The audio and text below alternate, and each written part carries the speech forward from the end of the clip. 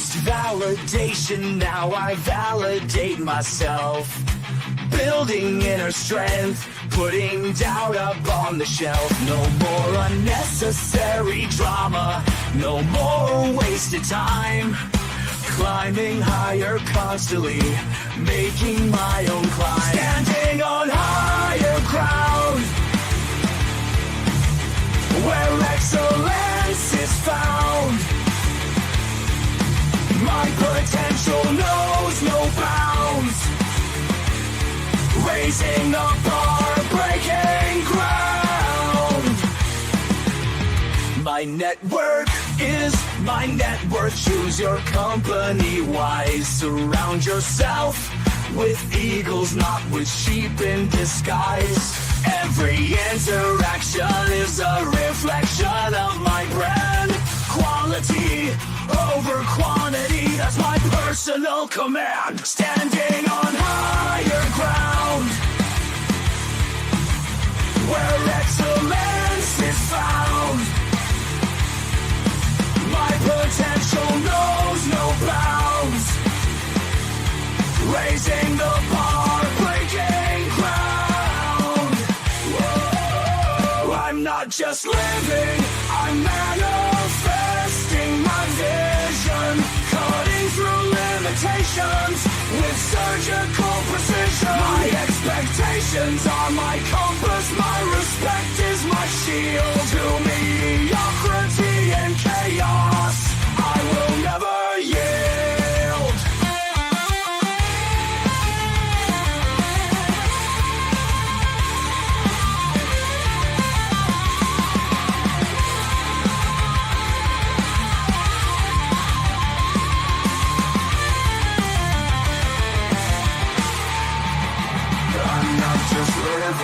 I'm manifesting my vision, cutting through limitations with surgical precision. My expectations are my compass, my respect is my shield. To mediocrity and chaos, I will never yield.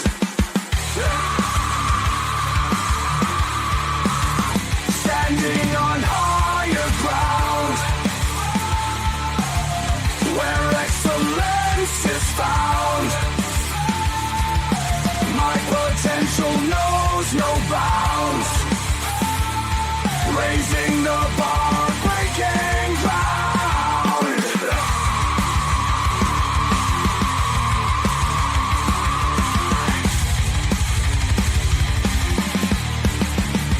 I'm not just living, I'm manifesting my vision.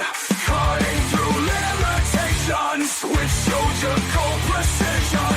My expectations are my compass, my respect is my shield. To mediocrity and chaos, I will never yield.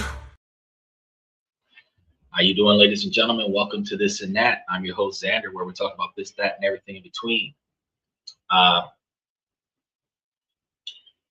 Wow. We're on, what is it, Friday? We're on Friday night. Look, days is getting ahead of me and behind me at the same damn time. We do not go live with, well, hold on, let me tell you, let me try that one more time, because I done messed up my swagger. We're live 7 nights a week, but we do not let the sun rise without going live. That's what I was trying to get you guys to understand. And since we do not let the sun rise without going live, we ask you guys to like and subscribe, and then we ask you guys to mash those reaction buttons, hit the notification button, so that you know that when we're going live, that we're actually live. I have to add more stuff to the membership, the list of things that I put up there for you guys. As run its course, there's quite a few things I'm going to be throwing into the membership to make sure that you guys have all the details that you need to be successful. Now we have, I'm piecing together the structure that we're going to be discussing for Monday, because while we understand that we went back to war, and we understand, okay, how you doing, Fisher? Good to see you. So we understand that we went back to war, so we understand that gas prices are going to go back up. We're going to be looking into some of the other things that have changed over the past couple of weeks, so that we can factor that into what we're looking at as far as our investment opportunities. and our spending habits. So covering different topics every night of the week. We have a Sunday, which is questions and comments from the fans. Monday, Tuesday, and Wednesday is business and politics, where Monday we talk about how politics negatively impacts your ability to make, save, and invest money. We have on Tuesdays different ways to make, save, and invest money. Wednesdays we discuss different countries around the world for us to potentially live in and make money. And then Thursday, Friday, Saturday, today being Friday, we give you guys information about personal development, self-improvement, relationship topics, which is we had a pretty decent one yesterday. And then we have negotiation, socializations, building your brand. And then we start discussing promotions, raises, retirement, forced retirement, severance packages, termination. And then the most important information that is related to your capabilities of building your 20 and 30-year plan. You have to understand the importance of that, and then you have to figure out how to get it done. You know where things are in life, and you have to figure out where you want things to be in life, and what do you got to do to get there. Living life day to day, living life from moment to moment, one step at a time, quarter mile at a time, is never being prepared. You're always living a life of reactivity. You're reacting to whatever comes your way with whatever limited resources you have left. Impulse buying and other such spur of the moment decision making. A lot of people claim YOLO, a life of less structure, because you're able to do more things and accomplish more, I guess, memorable moments in life that a lot of the times have catastrophic side effects towards your near and sometimes long-term future. But then we also have the understanding that there are scenarios where you're not preparing for the type of future that you want. So your future and my future are not the same, but your present for probably 80% of Americans is not anywhere near where you would like your present to be. This is partly what leads to our lifestyle creep behavior and keeping up with the Joneses behavior, charging it to the Underhills mentalities, and living life around. All of those terminologies indicate that you're doing more than what you need to do to have the type of lifestyle that you wish you could have, or fake the lifestyle to impress the people that you would prefer to value you a certain way. Now, not always does it work the way you want it to work, and that's one of the reasons why we tell you guys that slow and steady, like Michael said yesterday, could win the race if you are proactively creating long-term satisfaction instead of short-term gratification. And that's why we get into a lot of the topics that we talk about. Today is going to be a very interesting reminiscing style day, because we're going to be talking about a large quantity of survival skills that the Gen Z era, which is individuals between, I want to say, 25 and 35 years old right now, is missing, that Gen X folks, people like 36 to 45, swear by. Okay. So Stephen, you and I are probably in the same, because I'm the last of the dying breed. I'm like part of the back end of the baby boomers, but at the same time, I believe the way it works is like a generation is like 15 to 20 years, and I'm on the back end of that 15, right? So the 80s, late 70s, early 80s was a whole generation that kind of bled into the early to mid 90s, and that generation had a certain lifestyle that existed before the internet in 2009. And the Gen Z era is all the ones that were like 10 through 16 in the internet era, people who were born after the internet was created, who doesn't know what life was like before the internet. That's the Gen Z population, the ones that just hit 20, right? In 2026, that don't know nothing about what life was like before technology was what it is today. We're going to be talking about how that worked out, and what skills that the next generation is missing out on that we probably should start teaching ourselves and teaching our kids and teaching our grandkids. If our kids don't want to learn it, teach them these things. Now, getting into it, imagine this: if you got a full battery, 4 bars of signal, and a map app that can take you anywhere in the world. If you imagine that lifestyle, because that's where we are right now, what happens when the screen goes dark, when the network vanishes, and the only tools you have left is the one between your ears? Now, that is the moment that you discover the difference between being connected and being capable. It's the moment the analog world reminds you it never really left. And for an entire generation, it's a world that they know by heart. We're talking about the Gen Xers. We're often called the latchkey kids, born roughly between 1965 and 1980. I told you, it was like, I'm like part of the last of a dying breed. So technically, I kind of fall into the beginning of the Gen Zs, but the last of the Gen Xers. But it's a very different definition, right? These guys, us, we grew up in the awkward in-between space after analog passed, but before digital dawn. After 8-track tape players, after record players, and before MP3s, right? Before MP4s, before online downloads. Got to understand that. Now, this is the generation that was the last generation to navigate life with paper maps, to fix things because replacing them was a luxury, and to entertain themselves for hours when the only screen in the house had 3 fuzzy channels. And 2 of them, at the very least, was the news. Now, let's be clear. This isn't about which generation is better, because we already know Gen Zs were not nearly as capable as Gen Xers. That's a pointless debate. Gen Z, born into a world of smartphones, has a native fluency in technology. And that's a level that's nothing short of a superpower in modern times. But as for digital systems, for these things to get more and more complex, they also become more and more fragile. A power outage, a network failure, or even a simple banking glitch can wipe out that digital advantage in a flash. That's where the glitchy real world skills that many Gen Xers learn become so critical. These aren't just about wilderness survival.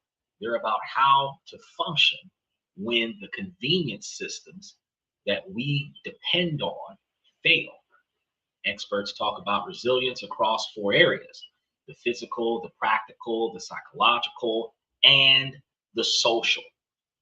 So through a unique mix of economic recessions and a pre-internet childhood, along with a culture of figure that shit out yourself, many Gen Xers developed a tough, almost accidental competence across all 4 areas. And we're going to be covering 5 of them today. So you're going to understand what's going on, because the 5th one is a little bit more unorthodox than anything. So we're going to be looking at 5 skills out of the list that I just mentioned. And these are going to be the low-tech, high-impact abilities that are becoming dangerously rare in a world that has outsourced its capabilities to the cloud. Now, these are the skills that could make all the difference when things go sideways. The first skill is the one that separates people who can move from people who are trapped. This one is called analog navigation. Okay. Now, this isn't just about being wilderness experts. It's the basic ability to get from A to B without a glowing dot telling you where to turn. Now, for many Gen Xers, this was just life. Before GPS was in everybody's back pocket, there was a glove box compartment that wasn't complete without a folded, torn, probably even coffee-stained paper map of all of the places of relevance that car was going. You had a map of your local city, you had a map of your state, you had a map of a state that you just came from. If you traveled across country, you had maps. Planning a trip, and this is before MapQuest, which we now have Google Maps. This is before MapQuest used to give you the ability, when printers came out, to print out turn-by-turn directions, where you still had a paper map. It was just across 20 or 30 pages of directions to help you get from point A to point B. And this is before that time. So planning a trip meant that you're going to be sitting at the kitchen table, tracing a route with a highlighter and jotting down exit numbers. You built a mental model of the area because you had no other choice. This constant practice developed something deeper than just map reading. It built situational awareness. The latchkey kid experience, which is common for many in this particular generation, meant that you knew your radius, how far you could ride your bike and still get home before the street lights came on. And this is the unofficial curfew for millions of Americans. It wasn't be home by 6 or be home by 9. You had to bring that ass home before the street lights came on. And the street lights came on right before or shortly after sunset.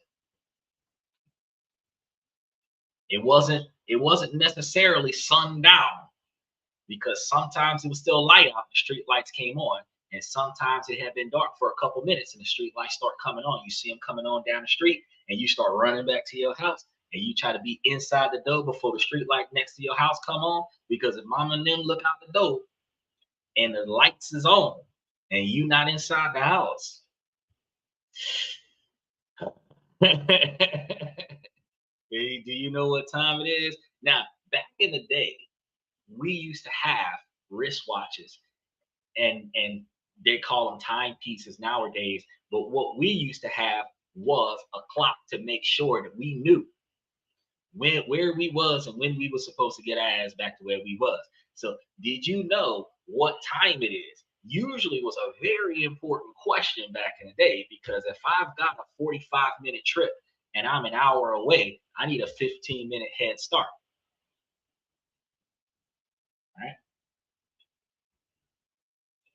Right? That's right. You're in trouble now. You get your ass.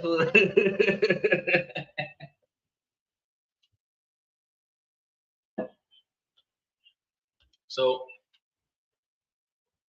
you learn to read your environment for clues and pay attention to landmarks, not just storefronts that change every few months, but permanent things like rail lines, water towers, old highway spurs, statues. You learn the logic of the city's grid, right? And that kind of helps you know which directions the lights are going to turn on, so you know which direction to go. Oh, if it ain't go get that belt, it's go get me a switch. Sometimes the belt is better than the switch, not gonna cap. and the reason why sometimes the belt was better than the switch was because if they hit they self trying to hit you, they might stop sooner. But if they break that switch on your behind, it hurts you more than it hurts them.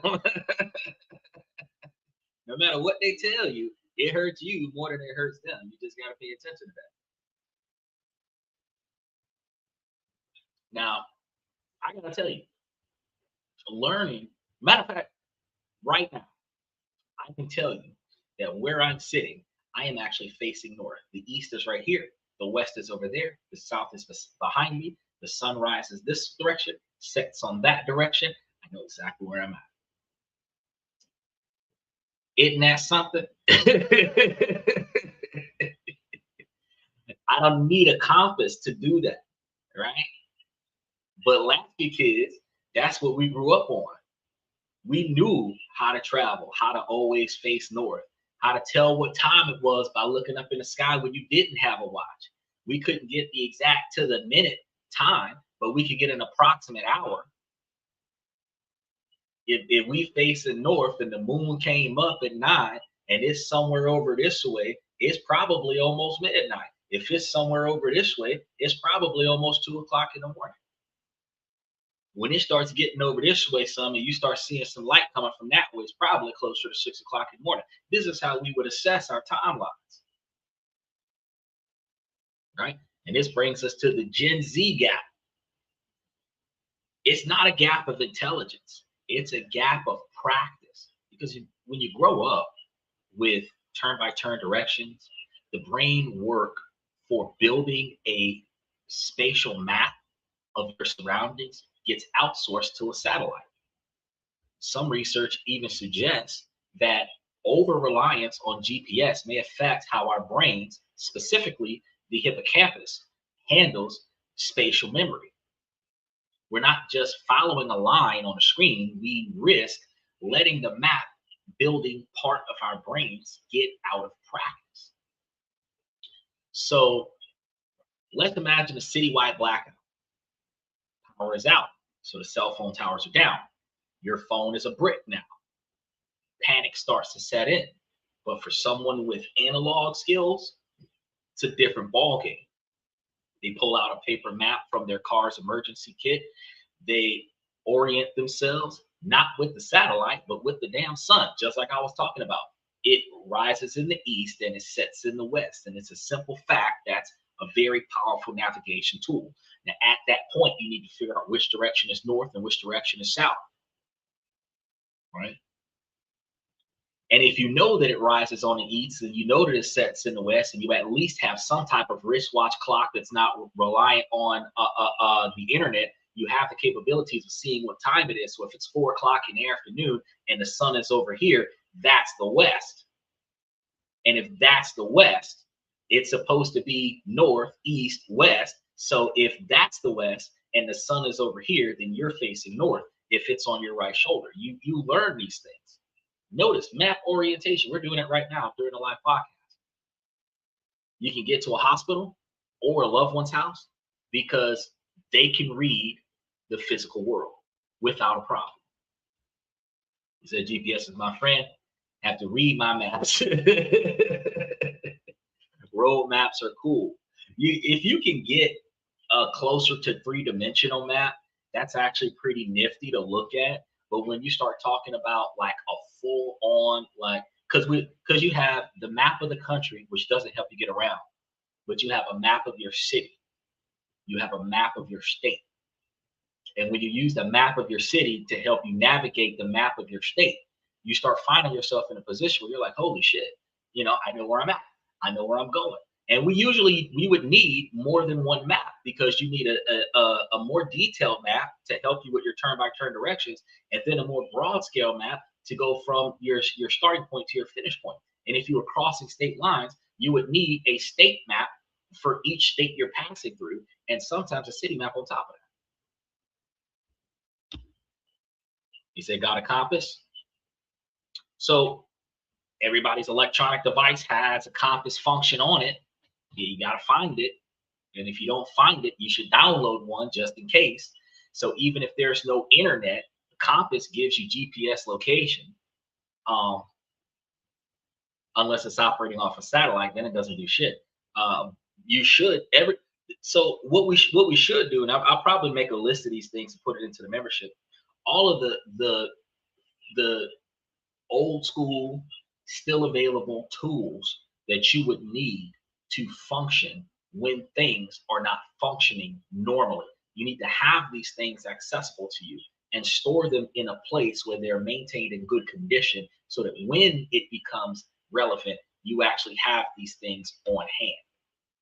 And having them and not bringing them with you doesn't benefit you. So if you have it in your house and you don't take it with you, then it doesn't benefit you. If you have it in your car and you don't take your car with you, it doesn't benefit you.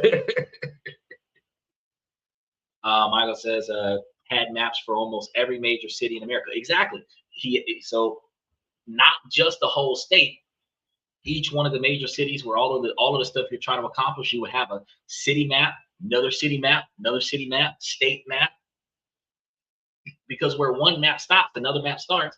And if there's any space in between those two maps, you got the whole larger statewide map to get you from one place to the next.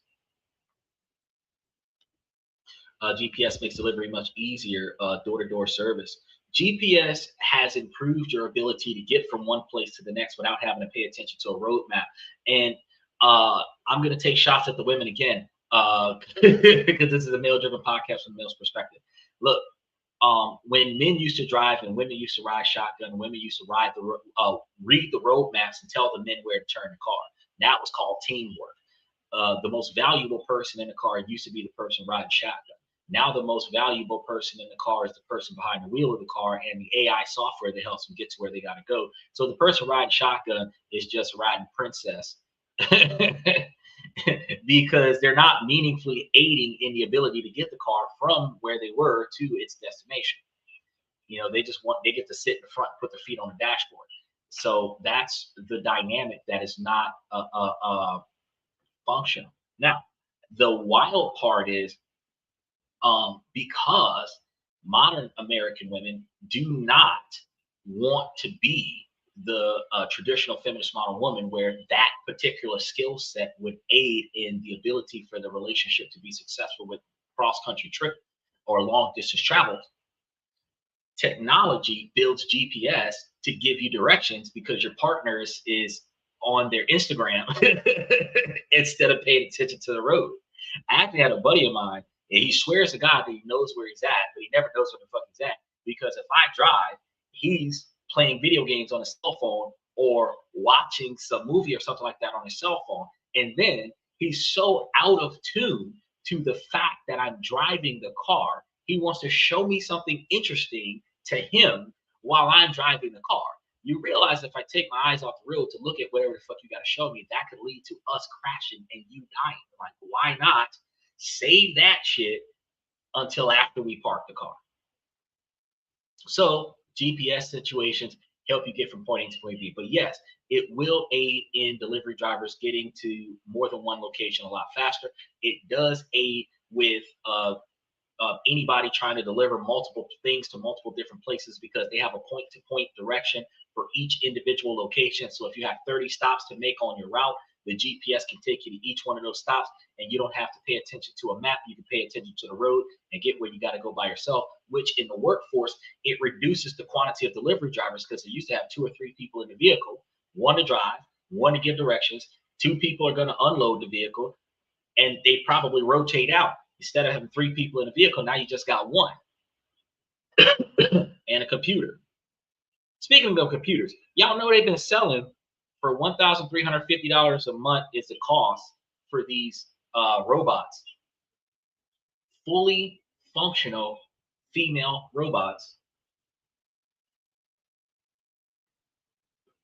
Total price is like $15,000, so it's cheaper than a Honda Civic. It's cheaper than an American woman. Fully functional female robot. Trying to told you, not getting one this year, but maybe in 2 years might be a good idea. Because for $15,000, I can have one in here doing all the stuff that I need done, so that I wouldn't need to get it done. And that would be a whole lot more beneficial than trying to get human beings in my house to do the shit that I need them to do, where they don't follow instructions. Michael says, if she's helping, she can ride in the back. Oh, if she ain't helping, she can ride in the back. Oh no, because see, that's one of the funniest things. People don't realize true royalty rides in the back. The help rides in the front. So if you're riding in the front with me, you're supposed to be helping. And if I'm chauffeuring your behind around, we're going to have to change the dynamic of our relationship. But you do make a good point. If she ain't helping, she need to be riding in the back. That's why we call them backseat drivers. He said, now pass me another beer. That's not how you get it done, Micah. Less thinking involved. Well, It's not less thinking, it's less multitasking involved. Because if you're looking at a map, a paper map, you're not paying attention to the road. So if there's a machine telling you where to go, you're able to pay attention to the road. If you've got one that's like turn by turn directions, it's telling you when the turn is coming up so that you're not veering across 4 lanes because you missed your stop. But this is going to be where we find the first unorthodox Gen X trick: address pattern navigation. He said, what you're thinking is a sex bot. Actually, I wasn't thinking it was a sex bot. Ironically, I was hoping that it would be a sex bot, but it actually is a fully functional AI dressed like a corporate CEO woman that is fully functional. They showed that it even has like sweat pores and everything like that, sweat glands showing on. I was like, what? So I haven't done any research on it yet, but apparently they're like $15,000 a pop. So I'm like, well, let me go and see who's making them, where they're being released at. They said that there's like 1 million on back order, so it's not like they're going to be like collectible anytime soon. It's going to be like the Tesla Cybertruck. You will not see a brand new unowned Cybertruck on a Tesla dealership lot because they are on back order for probably another 5 or 10 years. I'm on that list, but I don't know. I might just get my $100 back, or because I was thinking like, oh yeah, I could get me a one of the other models, and then I thought to myself, nah, fuck all that. They got GPS tracking, they got audio tracking, they got biometric scans and all of this other shit. Nah, I'm not fucking with that bullshit. My car wouldn't even work because I got to wear these glasses, and they're doing like retina scans and shit. You're not gonna be able to see my eyes. Like, nope, that's okay. I'll deal with the 1960 something or other. Because I'll pick one up at the garage sale. You're gonna pick up one of the used sex bots from a garage sale? I don't know, man. That's how chlamydia gets transferred from person to person. Anyway, if we start talking about the um, address pattern navigation skill, in many gridded North American cities, there's a hidden logic to the house numbering. They often increase as you move away from central, which is 0 point, and odd numbered addresses are often on the side of the street, like the south or the east, with even numbers on the other side of the street. So if you learn this simple rule for your specific city, you can figure out your general direction in an unfamiliar neighborhood. You also recognize that in most cities that there will be a central street, central drive, central avenue, wherever the numbers start over, where you're going to go from all the address being west something or other to all of the addresses being east something or other. You're going to have a central street that severs that dynamic. You also, more often than not, especially in low-income neighborhoods, going to see the difference between north something or other and south something or other be severed by a Martin Luther King Jr. drive. This doesn't happen everywhere, but in a lot of places where people do the switch up of changing a street and naming it after Martin Luther King, it's typically right before the low-income community in the south side of town. So you see Central dividing east and west, and MLK Drive dividing north and south. Some people are gonna be riding around looking for that and be like, dang, he was right. He said, if you get a disease from a sex bot, someone's been cheating on you. Not if you got it from a garage sale, my guy. You said you were gonna go pick the bot up from a garage sale. That means that you're not the first owner. And I'm just gonna be real with you. We already have that problem with human women. We don't need that problem with a robot. Robots should not have a problem with maintaining virtue. It should be untested, fresh out of the box. Now, when we start talking about the grid, it's going to be like an internal compass that's going to be built into itself with no technique required. But you can just kind of tell when you're on the east side of town. You kind of tell when you're on the west or north side of town. You gotta tell which direction you're supposed to be driving, because if you're supposed to be headed east and the sun is in front of you and it's early morning, you're headed east. But if you're supposed to be headed east and it's in the afternoon and the sun is in front of you, you're going in the wrong direction. You got to turn around and go back the other way. Now, another trick that is forgotten: infrastructure navigation. Many Gen Xers learn to navigate by things that don't change, right?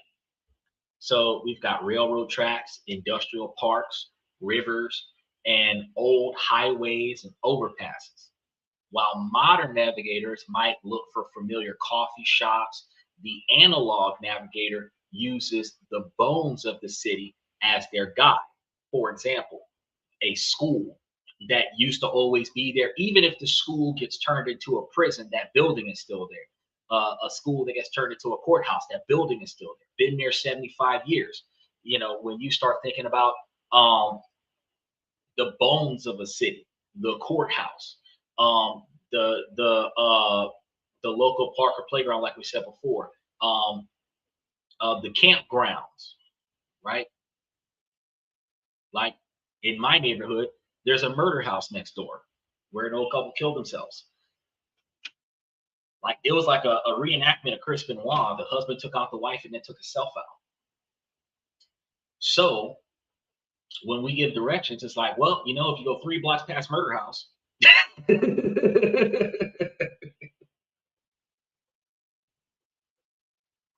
it is what it is. So here's a challenge, because we're like 30% into the show. For 1 week, try to get somewhere new using only a static map. At best, a screenshot or a printed copy. No live tracking, no GPS signals, no turn-by-turn directions. Pay attention to street names. You're going to find that there's some really weird-ass street names out there. Pay attention to landmarks. When you're a passenger, put your phone away and try to follow the route, looking out the window at the stuff that passes by. That old farm on the block, from like it's been there the whole time we've been there. Probably a 100-acre piece of property, beautiful house, 30 horses out front. Every time you pass by, there's either horses in the evening or cows in the morning. But when you pass by, that house is always there. You know where you're at when you start seeing familiar territory, right? But if you're paying attention to your phone the whole way, you don't know where you are and you don't know where you've been. And that's how you find yourself making laps around town on a regular basis. Well, mile markers work on the interstate. If you and truth, even in modern times, even with GPS, you should pay attention to the mile markers, because if your car breaks down, you've got to be able to explain to somebody else exactly where you are. Because the GPS will tell you how to get to where you're going, but the GPS is not going to give you the address of your current location if you're on an interstate, because addresses belong to buildings. And if you're not near a building, then you're not near an address. So mile markers are important, but a mile marker is not going to help you if there's no interstate. There's no mile marker on the back street. If you're taking a country road, we call them country roads like Route 66, there's no mile marker there. It's just endless road. If you pass a speed sign, it's just endless road. You might be 15 minutes past the last cow. You might be 30 minutes past the last house. You might be 20 minutes away from the next house. You might have left the last gas station 35 minutes ago, and you've been on this one direction street for so long. And you have to understand how long you have to drive before you see something else that you recognize. So I mean, mile markers is one thing, but landmarks is another. Because landmarks is not necessarily it could be an old tree that you recognize. It could be an old tree. It could be a burned down building that's never been renovated. You know, it could be anything that has always been there, that lets you know that from this point there's only so much more to go before wherever you got to make your turn or wherever your next destination is. Either landmarkers, or even, well, landmarkers are not in every city. So let's get that straight. I know you used to be a trucker. Some of the major roadways that are interstate roads or highway roads, inner city, those have mile markers because the highway runs straight through a specific city. But there are not mile markers everywhere. And there are not mile markers like right now where I am. There isn't a mile marker for 4 hours. So I can drive in a specific direction and never cross a mile marker, or I can get on an interstate and cross a mile marker every mile, every couple miles. So because there isn't mile markers everywhere, mile markers are good. And I'm not saying don't pay attention to mile markers. I'm saying you have to find things when mile markers don't exist. But mile markers is a good example. So landmarks are going to be everywhere, even in cities.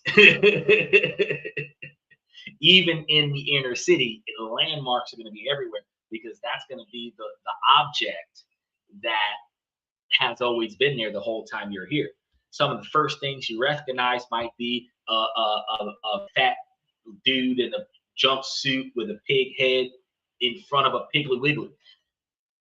That kind of stuff is going to be like the first thing that you see closest to the street, or the giant Michelin tire, or the Ronald McDonald House. Stuff that you see that's like a landmark, something that's always been there that might be there for an extended period of time. Those are the things that you remember. So ironically, when some of the states in the South started tearing down the Confederate statues to try to make it more racially better, I thought that was horrible for them to tear that stuff down. I don't really care how bad this country was because the entire world was built on the blood of somebody else, not just the sweat and tears. Somebody got slaughtered for us to be as successful as we are. That's the way it happened in America. That's the way it happened in China. That's the way look at Germany. Like, it is what it is. So, for them to tear down those statues, what they did was they tore down landmarks where we could have said, oh, well, if you go down to the General Lee statue and make a right, you can't say that anymore. Now you have to say you got to go down to where the General Lee statue used to be and make a right. Special shout out to Daniel. Michael says, a building on the corner, that's a landmark. Damn right.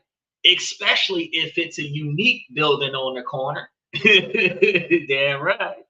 What's up? Happy Friday. Let's put my statues back. I be saying, look, I want them to bring Uncle Ben's back to the Uncle Ben's rice. They just gonna change the name to Minutes Right. I want them to put Aunt Your Mama back on the dang syrup bottle. Try me. They over here taking out all the best parts of the Gen Z childhood. I don't even buy syrup no more because I bought Aunt Your Mama syrup and ain't no more Aunt Your Mama syrup. So I'm like, well, fuck the syrup then. I used to buy Uncle Ben's rice, ain't no more Uncle Ben's rice. So now what I'm gonna go get? Jasmine rice. And it's a whole new world. So I got jasmine rice. He said you can't erase the past, so why cover it up? Because if you cover it up, then you don't have to feel bad about what your ancestors did to other people. That's a personal problem, not a societal problem, because the rest of society don't give a fuck. So that's why they would cover it up, though. That's why they would cover it up. Because, it wasn't no black people petitioning to tear all that stuff down. Wasn't no black people petitioning to change the name of certain stuff. We love Aunt Your Mama and Uncle Ben's rice. Shoot. Yeah, we had chicken and waffles. Shoot. With the Aunt Your Mama syrup and a side of Uncle Ben's rice. It'd be tripping. He said, Auntie's Jeremy. So if you look up your city's address grid system online, you'll find it's 0 point. This isn't just a fun fact. It's a layer of resilience that you guys have to have. It's known. It's going to be knowing that if the screens go dark on your phone, you can still find your way around. And that's very important, especially if something happens and somebody gets hurt and now you don't have a functioning phone. You have to know how to get yourselves from point A to point B. If your car breaks down and somebody needs a doctor, you got to know how to get them to one. How far is the nearest? You do realize that we can criticize a scary movie, but don't have the first survival skill to get past normal life. We can criticize the plot development. We can criticize the decision-making skills of, like, go watch Texas Chainsaw Massacre. If you've seen it twice, you were like, man, I wouldn't have went that way. I would have went this way. Man, I would have went from this way. I would have went that way. I wouldn't have went back into the house. But ask yourself though, who keeps spare keys in the car? Who uh, uh, uh, disconnects their battery? And if you disconnect your battery so that they don't wear the power down on your car, how are you going to make a fast giveaway? Who leaves the engine running?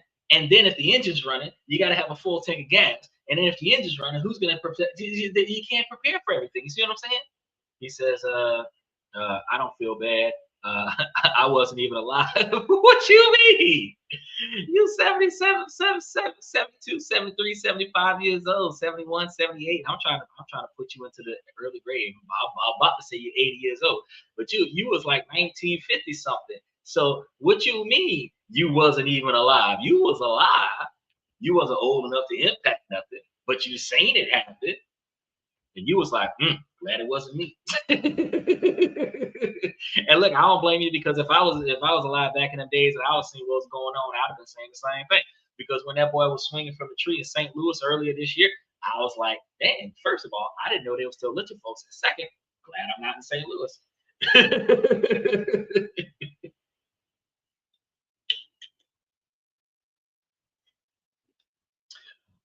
The second skill is going to be about fighting back against a disposable world. Hands-on repair and salvage is something that we have to start remembering how to get done. I know. If it's broke, just get another one. It is so much cheaper to replace it than to repair it. And the reason why that is because manufacturers make more money on selling more products than what it does with you replacing parts on the product. The nuts, bolts, and gears of a ceiling fan is way cheaper in profits to the manufacturer than you buying a whole fucking ceiling fan.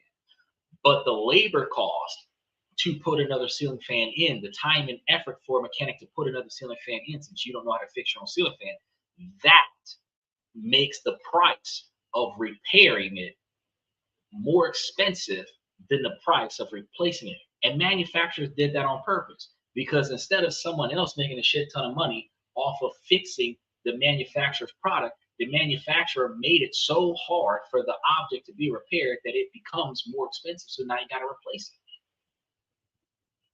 That's what they're doing with the cars. They're making it so hard for you to fix your own car, so you have to buy a new car so that it doesn't fuck up.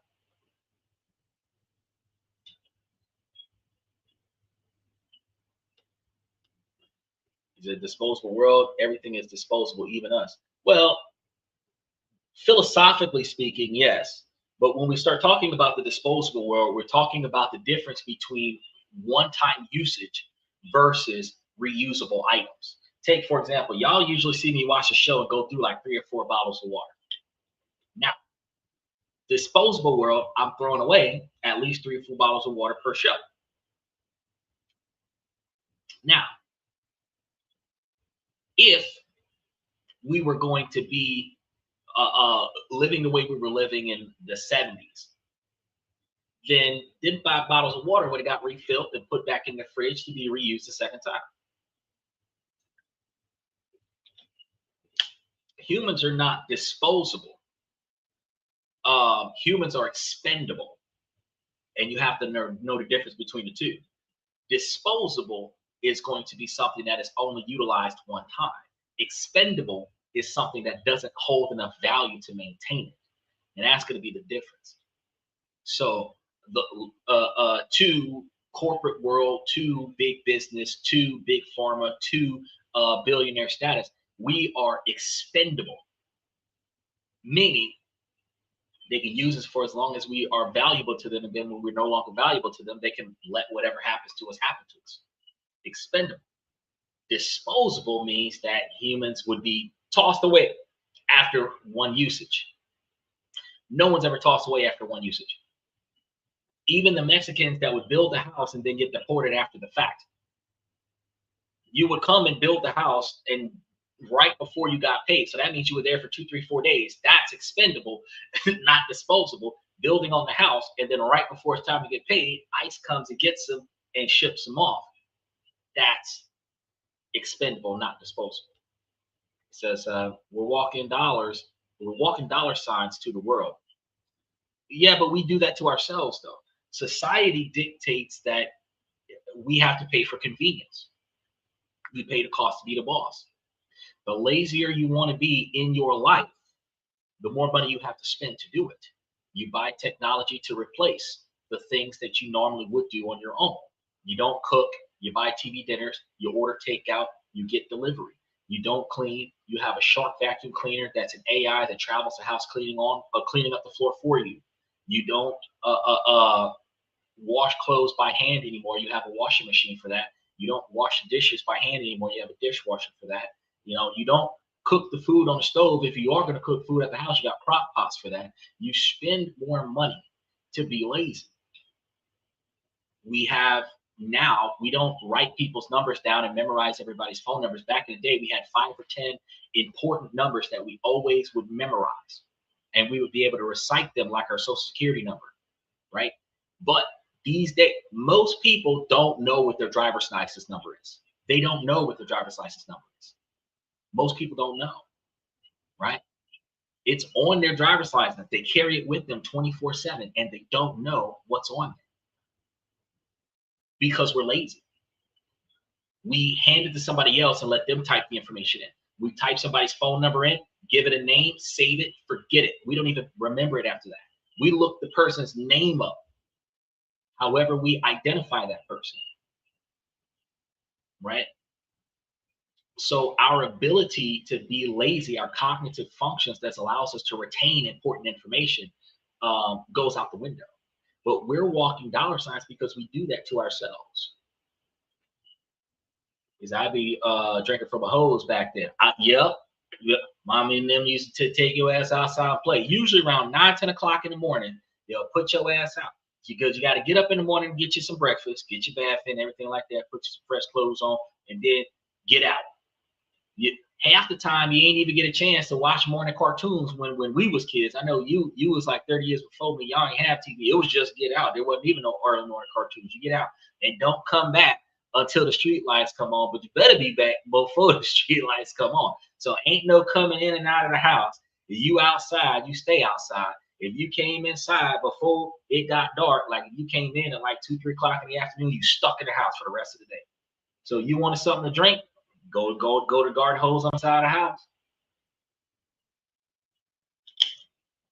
The only ones that was allowed to come inside was the girls because they had to go to the bathroom. Boys, behind a tree somewhere. So I wanted to be lazy. I would go on welfare. Oh yeah. So the bottom 30% of Americans. But being lazy doesn't mean that you have to be broke. Being lazy, you could be a billionaire and still be lazy. But billionaires earn the right to be lazy with all the wealth that they've generated over their lifetime. Okay, so we identify being lazy as wisely delegating responsibilities to others, but ultimately you are putting your responsibility on somebody else so that you don't have to do it,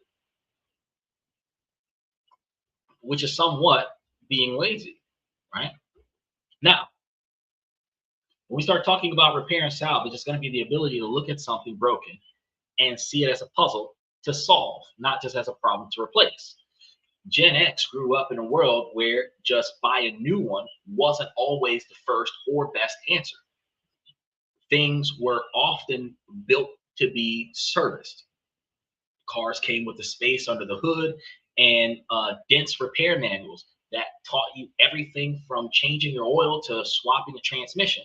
It was expected that you'd at least try to fix it yourself first before you hired somebody else to do it. And if nobody could fix it, then you would go buy another one. It's created a culture of basic mechanical literacy. Unclogging the drain, resetting the circuit breakers, or figuring out why the lawnmower wouldn't start. Programming your VCR. This is stuff that we used to do back in the day. Just as important, this fostered a salvage mindset, not a hoarder mindset, a salvage mindset. When an appliance finally died, it wasn't just trash, it was a source of parts. I've got extra washing machines over here, just in case.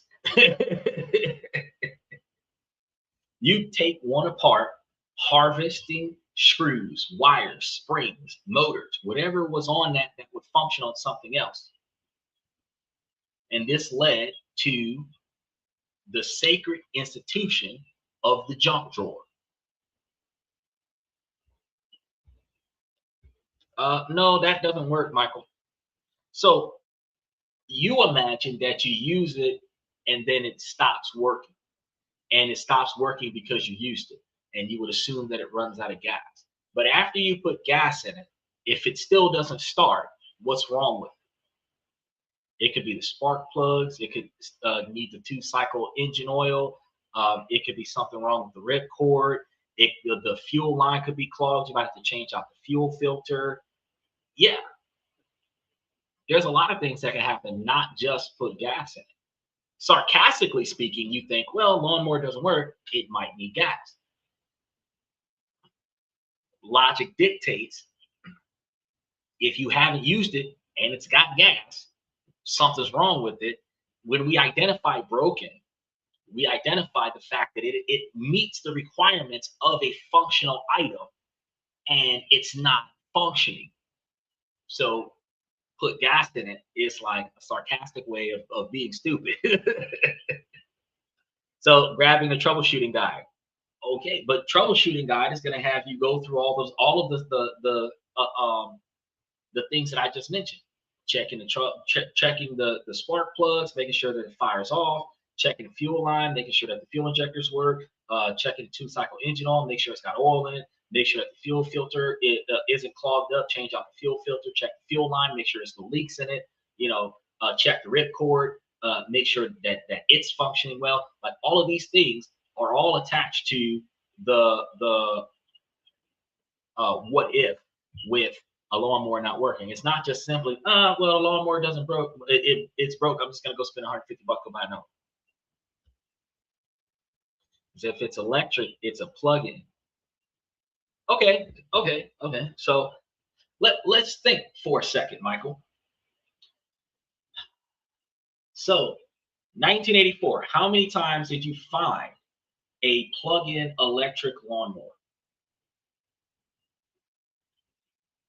Because I mean, you're I know you're trying to be funny, but you're kind of defeating the educational purpose here. Because in 1984, when did you find an electric plug-in lawnmower?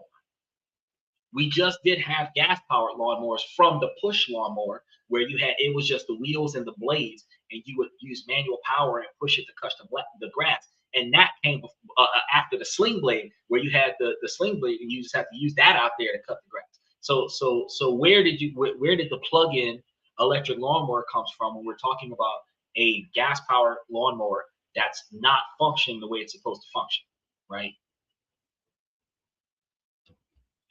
He said, step-by-step instructions are easy. They're not easy. It's not easy. You can make it easy. Yeah, you're correct. It's not funny. Because when you was a teenager, right, in the 80s, right, which was a long time ago, right? When the fuck did you see an extension cord coming from a damn lawnmower that was outside? You didn't see that. Exactly. So you would. We're talking about Gen Xers, man. We're not talking about 2026. You'll be surprised how many times this happens. No, I would not be surprised how many times this happens. Because you have to realize that some people do not have the the common sense that God gives the best of because they are sheltered from responsibility. And being sheltered from responsibility, people perform in a more incompetent fashion. They're quick to give up. They're quick to say, I don't know. And if they want to do it in one specific way, if they can't do it in that specific way, they just give up. They just give up. They don't even apply themselves because they do not have it in their mentality to find another way. They do not have it in their mentality to think outside the box. They do not have the mentality to troubleshoot. So yes, the first thing you would do is check the gas. The second thing you would do is check the spark. The third thing you would do is make sure that the oil and everything is in there. Just to make sure that all of what is supposed to be in there to make it run is in there. And you would test the cord and see if the cord has tension on it. Make sure that it's able to pull the ripcord and spin the motor, start it up. You would test these things, because there's more than one reason why it's not working, or there's more than one reason that could be why it's not working, right? It said Gen X can't even dial a rotary phone. What you mean? You must be talking about Gen Zs, because I grew up in the rotary phone scenario. We had rotary phones before we had the voicemail with the tape recorder, the cassette player came out. We had the rotary phone, right? And after we had the rotary phone, we had the push button phone with the little keypad on it where you had to hook up the receiver. And after that, that's when we had the voice recorder for voicemail, when people would call and leave a message, where you would listen to the recording, listen to what people had to say when they leave their message.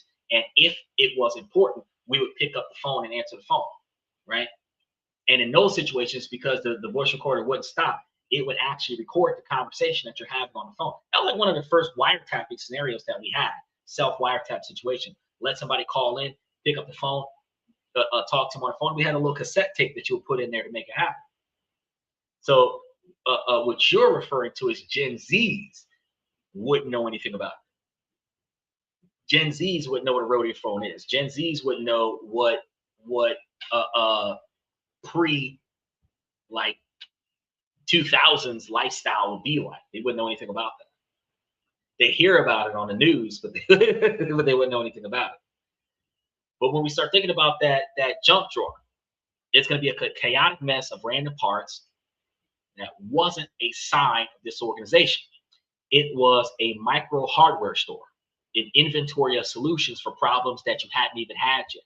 And I know that even right now, I've got what would be perceivably considered a junk drawer in my kitchen right now, where it's a drawer specifically. It's got power cords, it's got battery packs, tape. There's all kind of stuff in this drawer. Screws. I got all kinds of stuff in that drawer. And since I started using that drawer, I have gone in there and find value in what is stored in that drawer, taking things out and utilizing it to fix things around the house, right? The Gen Z gap here, again, is going to be one of environment. The modern world runs on convenience, like I told you. Laziness. A leaky faucet, there's an app to hire a plumber. Glitchy phone, you're encouraged to upgrade it. Many modern devices are sealed shut with proprietary screws intentionally designed to be impossible for a user to repair their phone. This replace, don't repair culture means that there are fewer chances to develop what some call mechanical intuition. The feel for how physical things work and how to diagnose them when they don't, right? And this runs us into let's talk about a crisis scenario, for example. Major storm hits, power is out, roads are blocked, and emergency services are swamped. Pipe bursts under your sink. The pros are not coming, at least not for a few days. For someone without repair skills, their home can quickly become a huge problem. But for a person with basic know-how, it's a moment of action. They know how to at least shut off the main water valve. They can have the tools and the confidence to patch a simple leak, at least long enough for a professional to come and do it better. They can keep their home safe and functioning. in situations where things don't work the way they want them to. And this brings us to a couple of unorthodox layers of this skill. The first is what you might call manual literacy. A YouTube tutorial is great when the internet works, but reading a complex technical diagram or a wiring schematic is a different skill.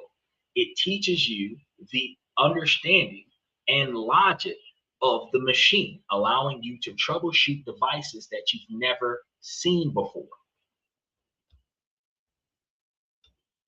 Yeah, go turn off the water from the main valve. Well, okay, so here's a scenario, because you're thinking, ah, see, I try to wrap my mind around your sarcasm, Mike. Um, so think about this, okay? Um, your toilet is overflowing. It's not coming from the tank. Your toilet is overflowing. I mean, you can run outside and turn off the main valve. Duh. Not going to stop the toilet from overflowing. Yeah. You're going to have to do a little bit more than that, buddy. Let's imagine another thing. Let's say that your main faucet breaks in your kitchen sink. You say, go turn off the water from the main. There's one outside somewhere in the yard, but there's also the little knobs on both the hot and cold directly up underneath the kitchen sink. Special shout out to OG Kicks. You weren't paying attention to the Michael, you weren't even paying attention to the scenario. The scenario was in a hypothetical situation where the storm hits, shit starts going crazy, emergency services are not available, a plumber's 3 days out, you start having a leak, and you now can fix the leak. It could be a leak because one of the pipes broke, but it also could be a leak because, like, there's a hole in the roof. It could be a leak because one of the windows broke. And your capabilities to know how to fix issues at your house without the plumber is more valuable of a skill set than your ability to figure out how to call a plumber when your phone doesn't have any service. Because you got to remember, here in 2026, everybody has a cell phone. Very few people have a house phone as a landline, which means if the cell phone towers go out, you can't call a plumber. So even if there was an accessible plumber, if nobody has power and everybody has a cell phone, how are you going to call the plumber? Because you have no network. Turn the water off from the toilet. Well, you're getting close, man. Go under the sink, turn off the water. See, now you're catching up to the main story. Fix the leak, go to Ace, Ace Hardware. Well, you're supposed to have, when we were talking about the junk drawer, you're supposed to have a reasonable quantity of remaining parts lying around from things that messed up before that you can utilize to patchwork it until you can go to Ace Hardware. Because if your septic tank was overflowed, or yeah, I'm going to say something like your septic tank is not doing what it's supposed to do, or at least your sewage is not supposed to be doing, it's not doing what it's supposed to be doing. It's clogged. Somebody may have tried to flush, and now instead of it going down the drain, everything's coming out of the toilet and the shower and the sink, like the sewage is backflowing into the house. You can turn off the valve. It doesn't solve the problem. Now, you might, if you have the skill set, if you've had this experience before, you might think, shit, go to the garage, grab the garden hose, and plug it to the house. Go find the sewage release valve, shove the garden hose in there, pump it full of fluid, and force the pressure into the sewer, which then allows for all of the stuff in your house to flow into the sewer line. Now you pay somebody $3,000 to come and do that, but for you, it would probably be $150 worth of garden hose. So yeah, you can find help to get stuff done, Yeah, you can find help. You can pay somebody to do it for you, but you could have also done it for yourself. All you had to do was like think before you act. Now, the second thing is going to be field uh, expedient mindsets. Field expedient mindsets. Now, this is a military inspired idea where you see every object not just for what it is, but for what it could be. Like I used to use a 1988 Toyota Corolla FX as a tow truck because that little fucker had enough power to pull SUVs out of anywhere. So I just will hook some tow straps on it and then snatch it. It said run a snake down the line. Okay, there we go. Good job. But that would mean that you would have to have a snake at your house. You would have to have the equipment, which means that you probably experienced it for the first time, bought the stuff, and then kept it, stored it in your garage or stored somewhere in your house, so that the next time it happened, you would go and grab a snake. And you would try that first to try to snake out the line before you call the plumber. Because if you were able to unclog your drains before, you're going to try to unclog your drains again before you go and get a professional. There you go. So a piece of scrap metal isn't just junk. It's a potential pry bar. A broken broom handle is a splint. Clutter becomes capability. This mindset shifts you from a passive consumer to an active, resourceful person who can shape their physical world. Got one from a garage sale. Good job. So here's a challenge for Gen Zers. The next time something simple is in your house that breaks, before you toss it out, take it apart. Just see what's in it. You don't even have to fix it. Just try to understand it. Then pick one basic home repair skill and learn it. Start small. Learn how to safely shut off your main water and gas lines without actually having to do it. Well, you could do it just to make sure that it works, but don't break the valve because that costs a lot of money to fix. Learn how to unclog sinks without using harsh chemicals, because a lot of people like to go and buy a bunch of Drano and stuff like that, but you could actually do it manually with, the equipment that we were talking about. He said the new silver is copper. I'll start following that. I'll put that into the membership, and because I have gold, silver, copper, platinum, and uranium, and I'll start following copper, and then I'll let you guys know what the copper value is. You want to buy a basic toolkit and a repair manual for your car if you've got a car that has a repair manual that goes to it, because if you have a Tesla, you probably aren't going to be able to do that. The goal isn't to become a master mechanic. It's to replace the thought that I need to call someone with the question of, could I fix this or figure this out myself? That question is going to be the start of self-reliance. Now, granted, there's going to be a threshold of complication to repairs before you decide, I'm not going to waste my effort on this, I'm going to hire a professional. But you should be able to change a tire, change the brakes, change the oil, change the transmission fluid. You should be able to change our spark plugs, change the battery, change our headlights, tail lights. You should be able to change out the instrument panel on your doors, change out your speakers, not necessarily to put in big ass JBL subwoofers, but to make sure that the standard stock speakers fit in the vehicle the way they're supposed to. You should be able to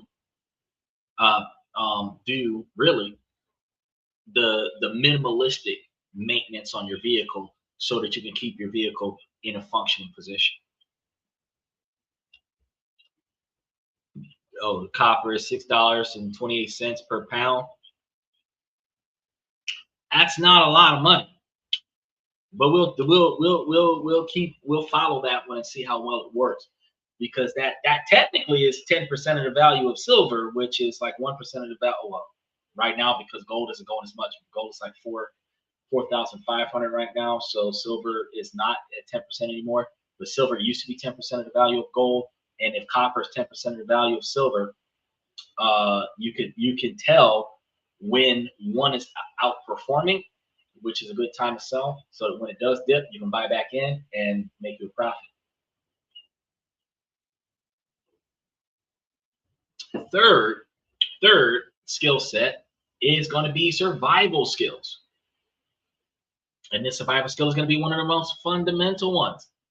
The ability to feed yourself when the grocery store is not an option. Now, this isn't about cooking from scratch.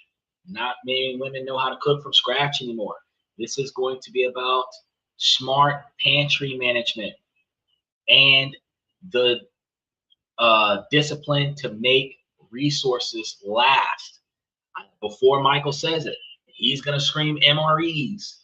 We're talking about being able to make sure that you have reasonably accessible, edible food in your house and the ability to utilize it in a rationalized fashion so that it lasts longer than intended. This is a survival skill set. If you were in Louisiana in 2005, it was 4 months before you had new food shipped back into the state. And whatever groceries was in your house, you had to make that shit last. That is survival skills. Most people in modern 2026 buys for 2 weeks worth of food, probably 3, and then 2 weeks in, they buy 2 more weeks worth of food and overlap so that they don't necessarily run out that often. But they do not, how you doing, Rosie? But they do not prepare for the circumstances of when there is absolutely no way to gain access to more food. People who live up north buy more food for disasters and potentially snowy season. So they might have extra stuff around the house when times get cold. But the average person who doesn't have the type of climate change that guarantees you to be stuck in a house for 2 or 3 months, they are not prepared. What happens when a natural disaster, a hurricane or something like that happens, earthquake or whatever happens, and now your city is not accessible for 6 to 8 weeks? What are you going to do if all you have is 5 packs of ramen noodles still in your fridge? Is that starvation for most people? Probably where that's going to land. We're all eating at Xander's. No, no. I treat my house like a zombie apocalypse. When people start coming to my door, I'm shooting. I'm not taking in no survivors. I'm not taking in no survivors. Surprisingly, I have yet to put a black flag outside of my house, but I should put a black flag outside of my house so that people know no survivors come off of this land. If you do not have an invitation, you will be carried out. You might have walked on, but you will be carried off.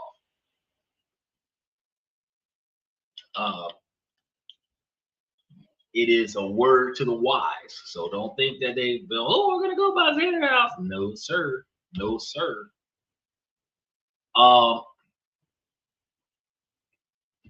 So for Gen Xers, for many of the Gen Xers, this is going to be just part of growing up.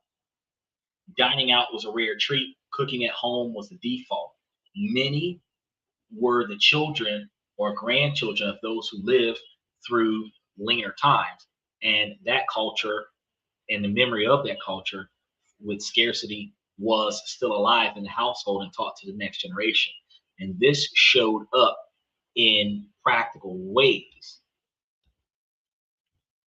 He says most cities only have about 3 weeks of food if a disaster happens. Actually, to be honest with you, most cities only keep the 3 weeks of food to sell because of the shelf life of disposal that is mandatorily required by the FDA to prevent people from being sold spoiled food. But see, the non-perishable foods, canned goods, dried foods like ramen noodles and other such things, like even certain cereals, there are certain things that would last for months at your house. It's only going to be on the shelf at the grocery store for 2 or 3 weeks.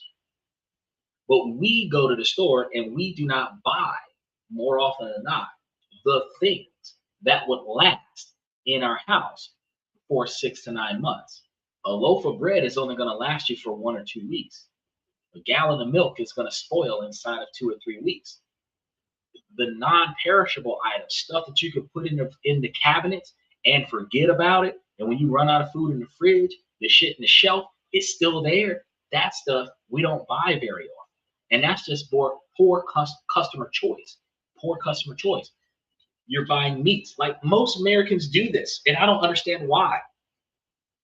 Why, when you think the world is about to end, are you going to buy all of the most expensive meats that are only going to last you the first 48 hours of a disaster? Because if the power goes out, the meat's going to spoil. You buy 50 pounds of meat, like, you're not going to survive if you don't have meat. But if you bought like 5,000 cans of canned goods, you'd be good for a couple years. Like, I don't understand where people's lack of logic is with this. You know, they feel like toilet paper, hand sanitizers, and ground beef is like the only important things that you get from the grocery store. But when you start preparing for a power outage, ground beef is the last thing that should be on your grocery list, because it's only going to give you a day or two without power before it goes bad. So typically, it might stay in your deep freezer and it might stay in your refrigerator until the power goes off. And then you have until it thaws for you to cook it. Once it thaws, it's got to get eaten now. It's got to get cooked up and eaten now. But all of the canned goods and all of the dried foods that stay on the shelf forever, spaghetti, pasta, macaroni shells, that stuff doesn't change its condition until you add it to water. So why don't we have a shit ton of that in our house? Crazy, right?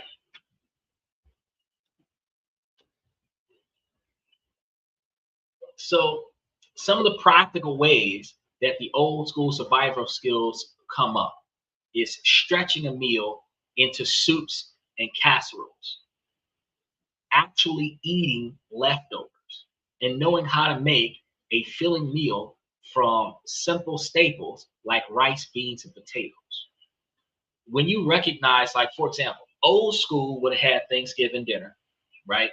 And from Thanksgiving dinner, we would have had leftovers. Most people remember that part.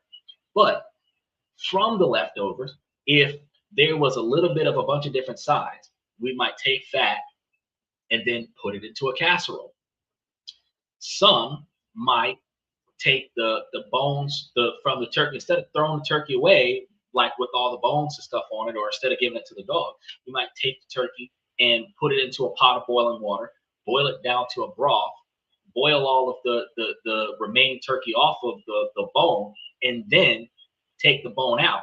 And now you have the turkey broth with whatever turkey that was left on the bone, and you can turn that into a soup. People don't think about stuff like that because it is a eat in the moment scenario. Stocking the pantry wasn't prepping, it was just being frugal. Right? He says fresh meat year round, the fish in the river, bears, deers, and elk in the backyard. Well, maybe at your house, but that's not at everybody else's house.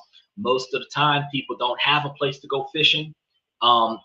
Women prefer to date bears than to date men, so they're probably not going to go and hunt a bear.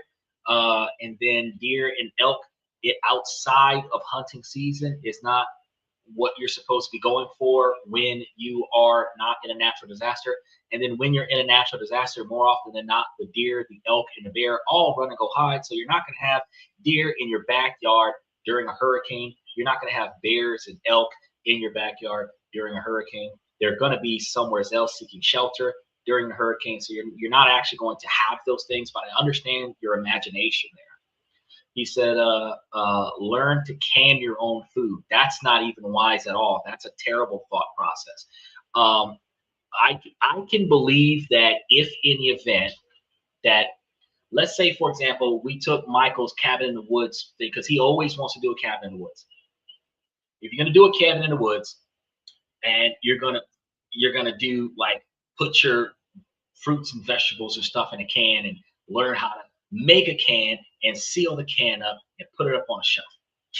If that's what you want to do in your retirement, go ahead. In modern 2026 time, even with Gen Xer skill sets, the average Michael doesn't even have the skill set to know how to preserve peas, corn, tomatoes, other such things, even in a regular mason jar, without it spoiling and fermenting and potentially turning into some type of cider or wine. Manufacturers pre-seal these things, vacuum seal them, where they're not exposed to external oxygens, which prevents them from spoiling in these cans, which is why they're non-perishable items. So instead of you learning how to can your own food, learn how to collect canned food, since it's already pre-canned for you, and that would actually make things a lot more better for you. He says, make turkey sandwiches for lunch the next day. Smart, yes. Turkey sandwiches. So after Thanksgiving dinner, make turkey sandwiches. Yes, that's actually a good way to go about doing stuff. And when you run out of meat to make the turkey sandwich, you make a broth. Yeah. And when you have leftover sides, you make a casserole, shepherd's pie, stuff like that. Now, the Gen Z experience has been shaped by a culture of incredible food convenience. Delivery apps, meal kits, and an ocean of pre-made foods have made outsourcing cooking totally normal. And modern life, with smaller apartments and frequent moves, often works against keeping a large stocked pantry because it is harder to move when you have 12 boxes of groceries. Some younger people may be less likely to keep sustainable foods on reserve, which negatively impacts their ability to be successful. Air dry them in the sun. No, that's how you turn grapes into raisins. Or prunes. You're trying to get you some prunes. But you don't air dry peas or corn or tomatoes in order to preserve them the way you would see canned peas, canned corn, or canned diced tomatoes. But that just proves my point. Now, picture a supply chain stop. Freak snowstorm. Trucker strike like the one that happened in Dallas earlier this year, or local unrest like what was happening in Memphis. Makes going to the store impossible. When ICE agents had the riots and they're doing drive-bys on the block and you're afraid to go outside because they might knock you off. Shelves are going to be empty in hours. For those who rely on daily grocery runs or nightly food deliveries, the situation starts to get serious really fast. But for a person with resource discipline, it's a challenge, not a catastrophe, right? They're going to have special shout out to Dylan. He says, I just buy wine and turn them into grapes. Dylan came in after the fact. We were talking about the ideology of survival skills from the Gen X generation that's different from the survival skills of a modern Gen Z person. And we were talking about the difference between Gen Xers' capabilities of storing, stretching, and preserving foods for longer periods of time as a self-preservation tactic versus modern society's easy in, easy out with their food situation. And then Michael started coming up with some very outrageous hypotheticals that was unrealistic in even the past versus in the present, like sun drying your vegetables when you're supposed to be trying to store them and not allow them to age and ferment. So we weren't playing a guessing game on how to fuck up your food supply. We were talking about not knowing. We don't have the skill set in modern 2026 to know how to properly preserve our food more effectively than the manufacturers are already pre-packaging the food when we can go and buy it from the grocery store. So instead of learning how to can up your own canned goods, you just go to the store and buy some damn canned goods that's already pre-canned. That's what we're talking about. He says, boy, I'm glad nobody lived before us. We would have never survived. Well, people lived before you. It's just that um, they had different ways of going about doing things. Um, because, like, for example, like back in the day, before they started making laws about hunting, you could just go out in your backyard, just knock off a deer. But now, if you release your firearm inner city, it doesn't matter if it's on your land or not. They give you a ticket for discharging your firearm. So even if you killed an animal in your backyard uh, for substance, you'd get a citation for using your firearm. You'd have to use a crossbow, right? He said, "Oh boy, Gen Z. Well, I'm a millennial."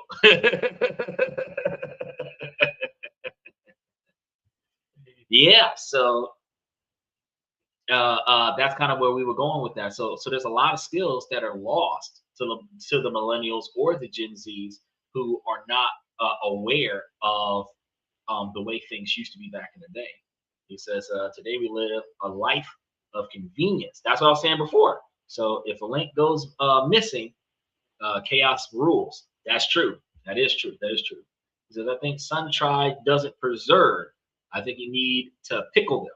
Now, dropping it into a jar of vinegar, that's one way to delay its ability to rot, but you would have to remove external factors like the oxygen and bacteria that allows for it to even continue to ripen and rot or mold while inside of the pickle jar.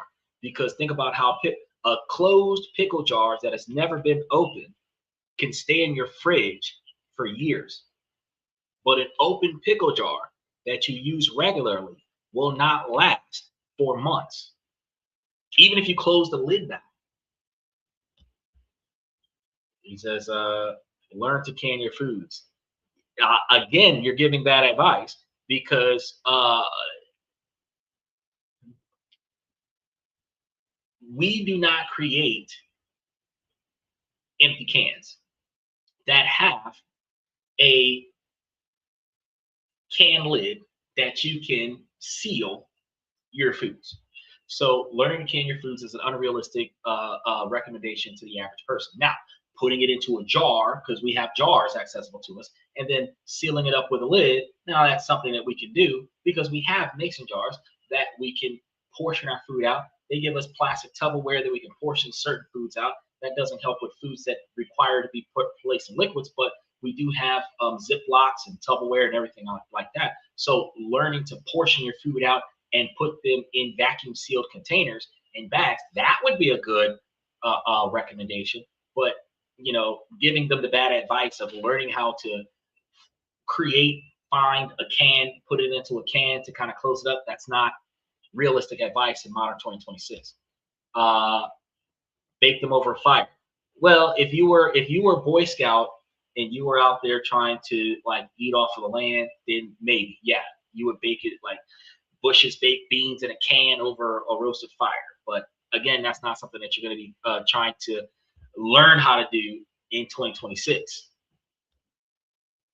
It says, I like to buy my canned foods with gold. That's a waste of money. That's a waste of money. He said beef jerky. Yeah, if you can buy it or if you can create it, I mean, you can create beef jerky. But again, if you were in a situation where you had you were hunting regularly and then you would create the meat for the jerky style, or if you were aging the meat and this was something that you had practiced over years, yeah, that would make sense. But to tell somebody this is what you do in 2026 to get back to your roots, go and figure out how to make jerky, go and figure out how to create cans and jar stuff up again, that's bad advice. He says, sorry, the electric went out. Exactly. When the electric goes out, those recommendations don't help. He says, balls jars. Okay. The glass jars with the lids on them. That's canning. No, that's not canning. Canning is a can. Canning is a can.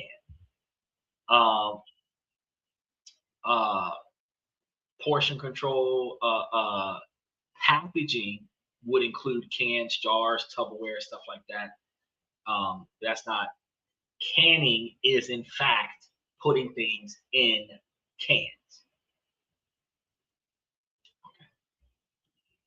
It says if your electricity goes out, those packaged in the fridge only last a day. And that's why I tell you guys about not having packets in the fridge, not stocking up on or overstocking on stuff that requires to be refrigerated. I made it clear that you should prioritize dried products and products that do not require refrigeration for extended storage usage. Pre-sealed so that there isn't unnecessary oxygen in there, there isn't external bacteria in there. Pre-sealed is more effectively going to last longer than you learning how to seal it yourself, because it can still rot in the container that it's in if you don't seal it properly. So if it's already being sold pre-sealed, why waste your time trying to figure out how to seal something that might last you 2 or 3 weeks when you can go buy something from the store sealed that'll last you 6 to 9, 12 months, 2 years, 5 years, 10 years.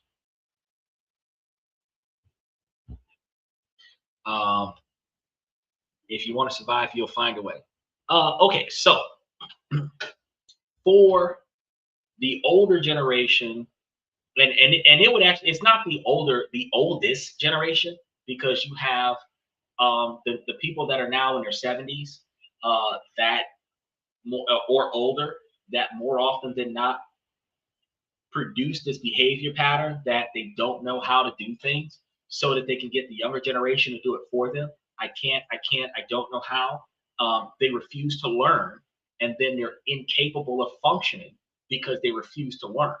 Now, those individuals might not care if they survive or not, but they're in a situation where they're deliberately not learning how to evolve in their current situation, and then unhealthily codependent to the next generation to force the other person by psychological and emotional guilt tripping to aid the elderly person with skills that are beyond the elderly person's capabilities, because the elderly person refuses to learn those skills. So the logic of, if you want to survive, you'll find a way on a generalistic scale. Yes, if you don't want to die and you're in a situation where you're going to die, you will find a way. And your way might be to go steal it from somebody else because you didn't prepare ahead of time, which is different, right? But in a day-to-day scenario, you're not going to try to learn a nearly impossible skill set simply so that in case of an emergency, you'll survive. You're not going to learn how to put stuff in a metal can to survive. You're going to learn how to go to the store and buy already pre-canned stuff so that it won't be as difficult to survive, right? A little bit different. It says, better go read the definition of canning. Well, I think that you're kind of skewing the situation here, because you took it way to the wrong direction and completely compromised the value of the lesson today. So I think that it would be I don't know. Because I can look up canning for you to kind of help you understand, but it doesn't bring it deviates from the value. So it's almost like you're trying to win a straw man topic versus paying attention to the actual lesson plan for the day, right? Which is very distracting from those who came to learn it. And you're like airtight.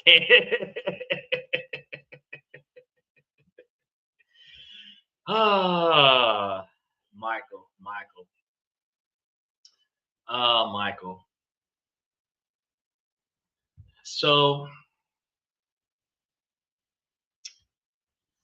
for the sake of helping Michael understand, canning is a heat-based method of preserving food in airtight containers, cans, so that you can store safely for months or years without refrigeration, which is not going to be practical for you in modern times, which is what I was trying to tell you.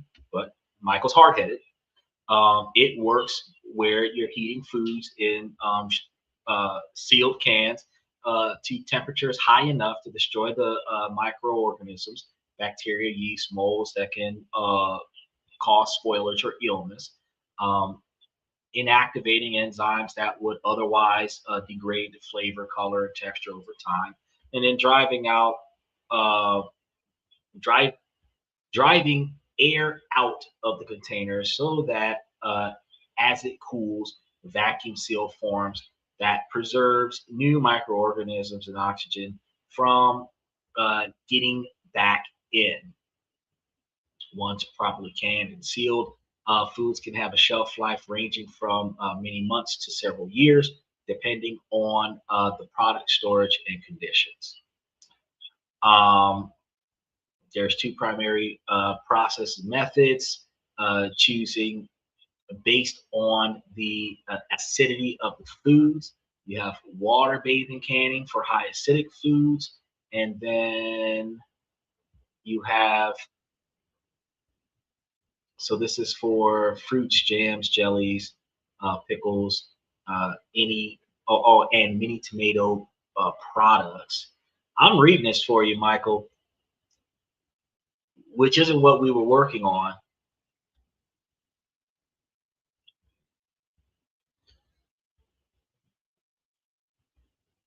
Uh,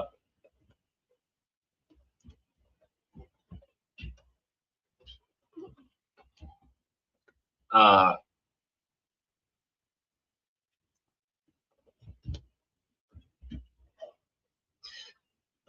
let's see. I'm looking up something.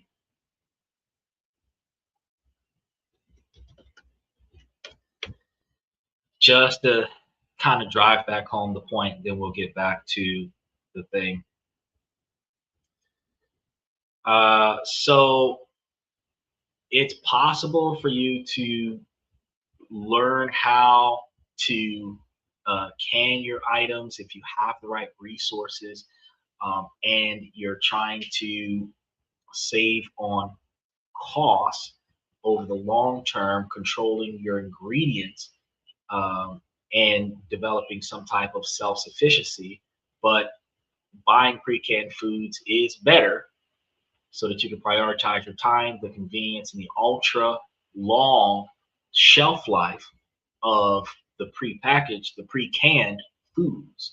So there is a trade-off between what Michael's telling you, which is trying to learn how to grab you some cans, or even if you're trying to pull this off with some mason jars and learning how to can things at your house. It could be less expensive than the equivalent store-bought canned foods, especially if you are capable of growing your own produce or buying in season or in bulk. And once you've bought the supplies to can this stuff up, and you reuse these items year over year, it'll help you with fixed costs and amortization over long volumes of time. However, the extreme labor that you're going to put into this is non-trivial. So you're investing so much more time to source, prep, process, and store food. And there's a very large learning curve to doing this safely so that you're not destroying your food and wasting your time. The store-bought canned food is immediately available. It requires no equipment or skills, and it is often extremely cheap due to industrial scale, which is attractive if you're building a pantry quickly, which is what I was talking about. So really quickly, and then I'm going to get to all the comments that Michael's been throwing in there. I'm not going to ignore Michael. I'm going to get to these comments real quick. As an example, a homestead reported total cost as low as under 25 cents per jar when canning homegrown produce, which is not calculating the cost of growing the produce in and of itself, just the process of canning what has already been picked. And often under $2 a jar, even when buying the produce from the store, typically under comparable retail prices for quality canned foods. So while you can get you a can of Progresso soup for like $2.50, you could try to spend several hours learning how to can your own stuff at the house. So what's the lesson? The lesson is, Michael, that the younger generation is missing out on a skill set that the older generation still has that is still relevant and usable in today's environment. That's the lesson. Um, Throwing out left field hypotheticals and completely unfeasible for the average person setups is not that direct comparison, because I'm talking about like stuff that used to be done that still could be done under the current circumstances that does not require extreme quantities of effort. Because remember our first example with the difference between using a GPS versus using a roadmap. The curve between the two is pay attention to your surroundings, not spend hundreds of dollars on equipment. The other one that we talked about, the difference between just spend a bunch of money to replace stuff versus take things apart and learn how to fix them, and then save some of the items that can be reused for repair later, which doesn't require a huge financial learning curve. You just take what's broken, disassemble it, keep what's good off of it, throw the rest of it away. Then when we start talking about the difference between prioritizing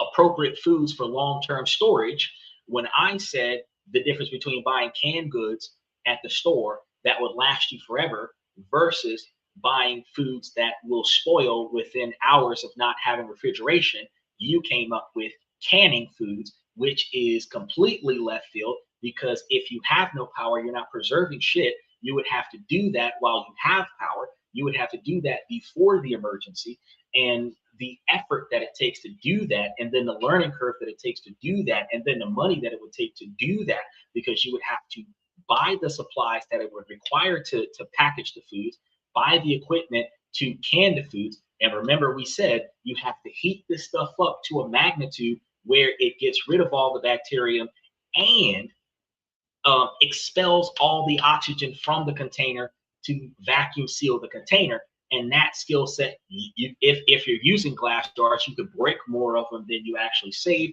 You're going to lose food each time you break a jar. The learning curve, the cost of what you're recommending is a whole lot more complex and unnecessary for the average Gen Z or millennial to have to try to pull off than just buying the already pre-packaged stuff. Because at $2.50 a can, how much are you buying jars for these days? Mason jars like $1.52, $3 a jar, depending on the size of the jar. You can go and buy something that's already got food in it instead of buying a jar to put the food in it. Now, yes, over the course of years, if you're reusing the same jars, the cost is going to be different, like we said.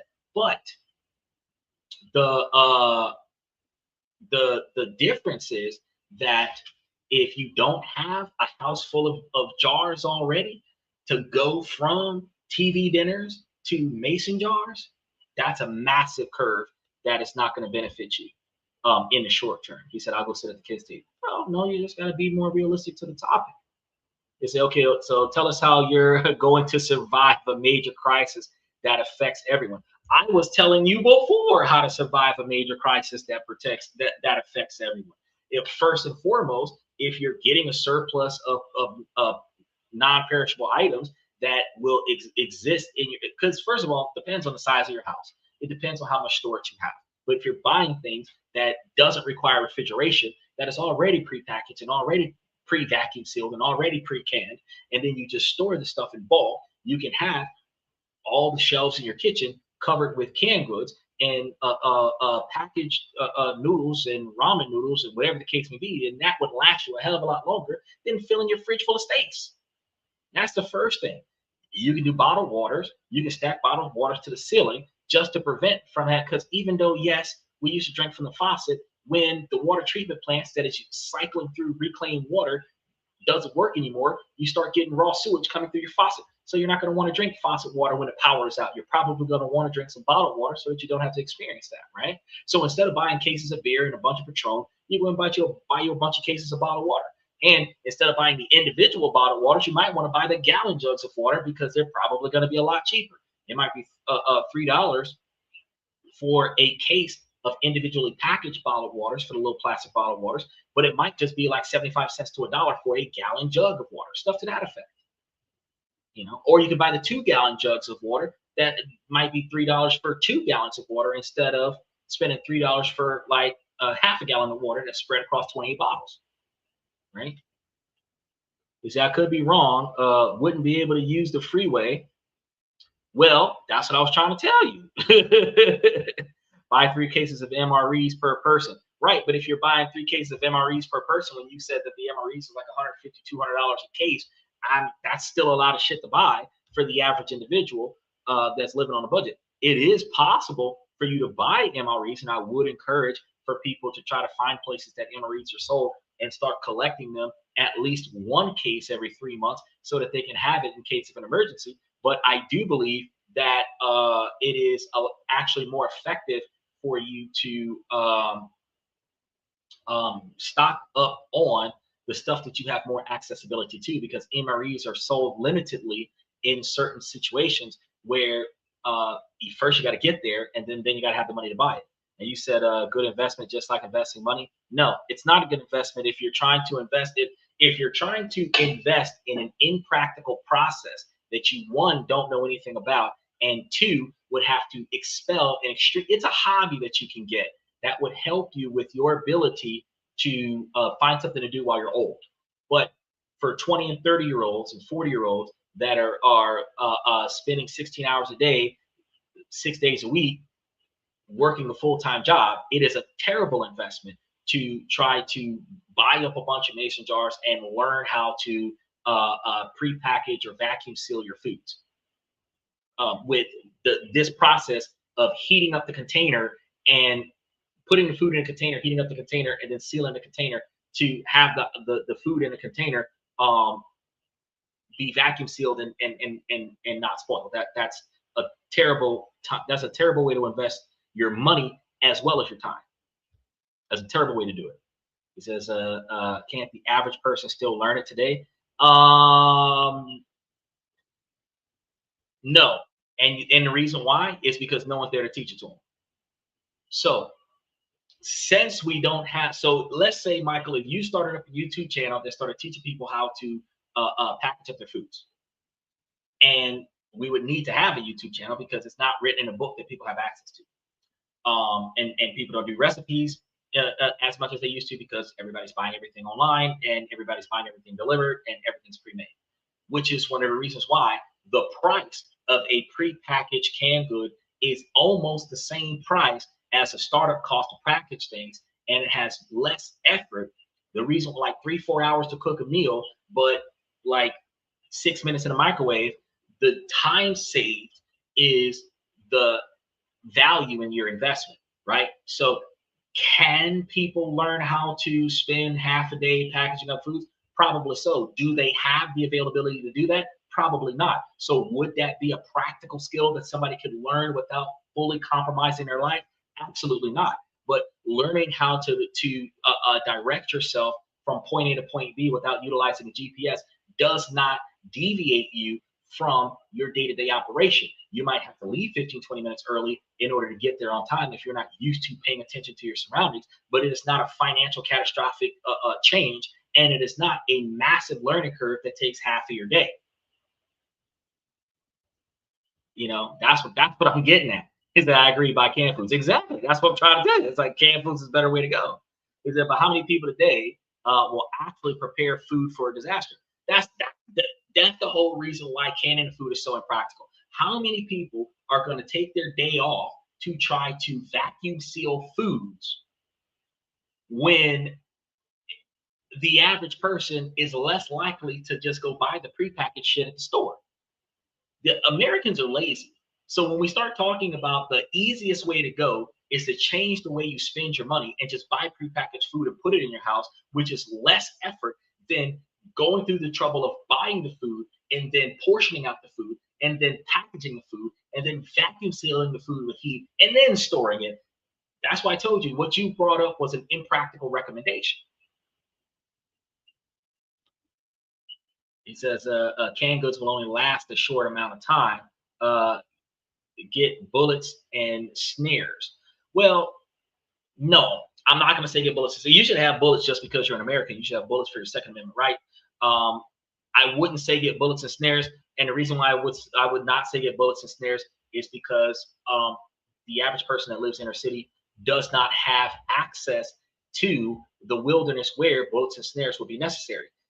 In the inner city, in highly populated areas, 1 million, 2 million, 5 million, 7 million people in a congested area, the likelihood of you snaring something would be a snaring one of your neighbors and then putting a bullet in them. And that's not what we're trying to do. The canned goods might only last you a short amount of time, like 2 to 5 years, right? But the fact is that the average natural disaster that occurs in normal civilization, where civilization hasn't crumbled, just inconvenienced for a few weeks to a few months, your food only really needs to last you for 6 months to a year. Look at what happened with COVID. Started in October 2018, kind of wrapped itself up in 2022, but we were only shut down for about 12 months.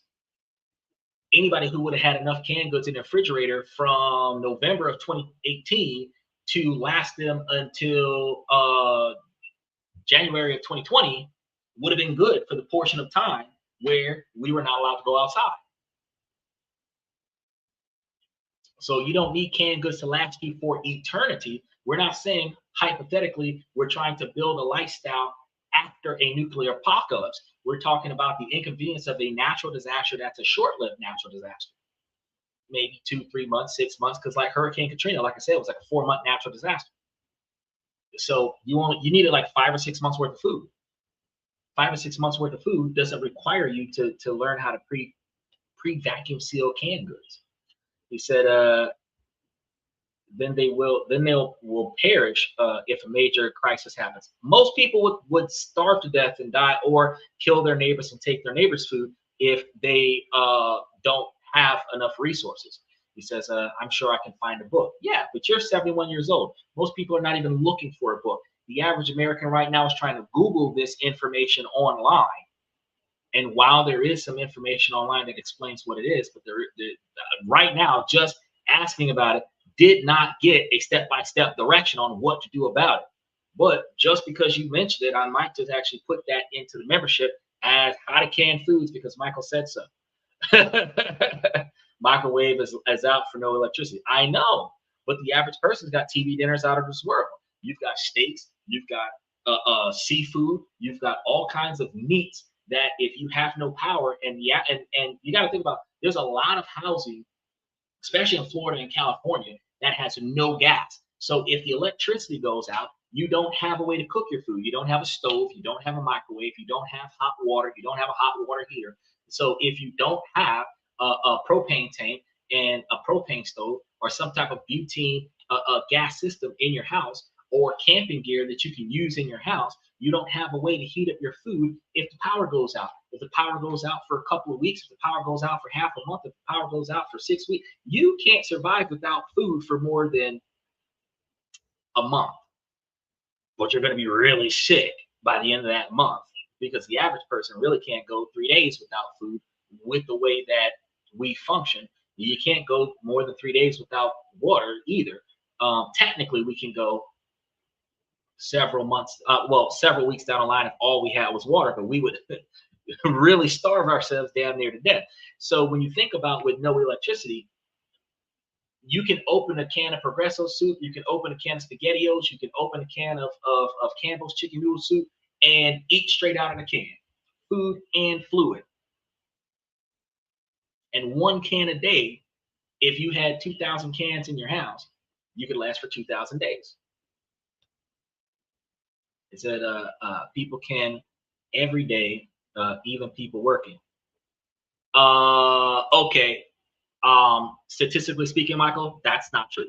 The average person does not have the 3 to 6 hours that it takes to prepare food to cook at home on a regular basis, which is why people eat out and have TV dinners and microwavable foods. So if they don't have enough time to cook a real meal at the house, they're not going to have the time to pre-package and vacuum seal foods to store it in their house. He said, okay, so how are you going to survive in a major city? So, Michael, unless you're planning on eating the neighbor's dogs and cats, there's no animals in the major city that you can legally access to stock up on food, meats per se. If you live out in the country, then you have the ability to hunt off of your own land if you have a big enough piece of property. You're going to be in an unincorporated area, so you're legally allowed to shoot there. But if you're in an incorporated area, the police are going to come and arrest you if you're shooting on your land. If you're within 150 feet of another house, you're in trouble. So, if you've got like 14 acres of land and you go like 5 acres in and start hunting something on your own land, probably not going to have as much stuff going on as you would if you can see your neighbor's house from where you're sitting at right now. Okay. Now, when you start talking about snares, it is against the law to set up traps on your property. You're not supposed to set up traps anywhere other than hunting grounds, and hunting grounds have certain limits to what you can hunt. Again, usually in natural disasters, the animals are the smartest ones to get the fuck out of Dodge before the natural disaster. Usually after the natural disaster has subsided, does the animal start to return if it is safe. So if the natural disaster has come, there is nothing to hunt. So you would effectively have to buy prepackaged foods and bring them home. That is how you survive, Michael. Everybody will try to get out of the city. No, everybody will not try to get out of the city. The average middle to upper class individual will evacuate a natural disaster, and the bottom 50% of Americans stay and weather it out. The bottom 25% always stays and weathers it out because they don't have enough money to pay for a hotel. A lot of them don't have their own vehicles. They can't afford to pay for 2 places at one time. They will stay and weather out the storm because it's just financially cheaper for them. Everybody will not try to get out of Dodge. Most people will duct tape their houses and board up the windows and doors and pray that they don't get destroyed by the natural disaster. He said once the shelves go empty, it's off. He said once the shelves go empty, it's off to your house. Well, yeah, and again, you come over to my house, you're gonna catch a bullet. You'll have to invest fire. Oh, no, you said I'll have to invent fire? No, we don't have to invent fire. We got lighters and matches and burnable items for. They had time to go out to dinner. Well, again, Americans are lazy, Michael, so you're forgetting the dynamic that the fact that I can go out to dinner and I can spend 2 hours having somebody else wait on me hand and foot, cook my food, bring it to me, I'm going to eat, then they're going to wash the dishes, put them away and feed it to somebody else. That convenience that Americans have adopted is different from picking the crops in your yard, which requires you to grow the crops, which requires you to buy the seeds, which requires you to harvest the lands, and then double back. And after you've picked the crops, then you have to process the crops and then put them in this container. Then you have to heat up the container, destroy all the bacteria in the container, seal the container, and then let it cool, and then store that container after it cooled somewhere else. That quantity of work, Michael, is not inside of the available time of the average individual. So you gotta remember that. Is I'll eat your dog and mine. Probably so, but you'll be dinner for my dog before my dog is dinner for you. He says, if you'll break out, there won't be any legals. Well,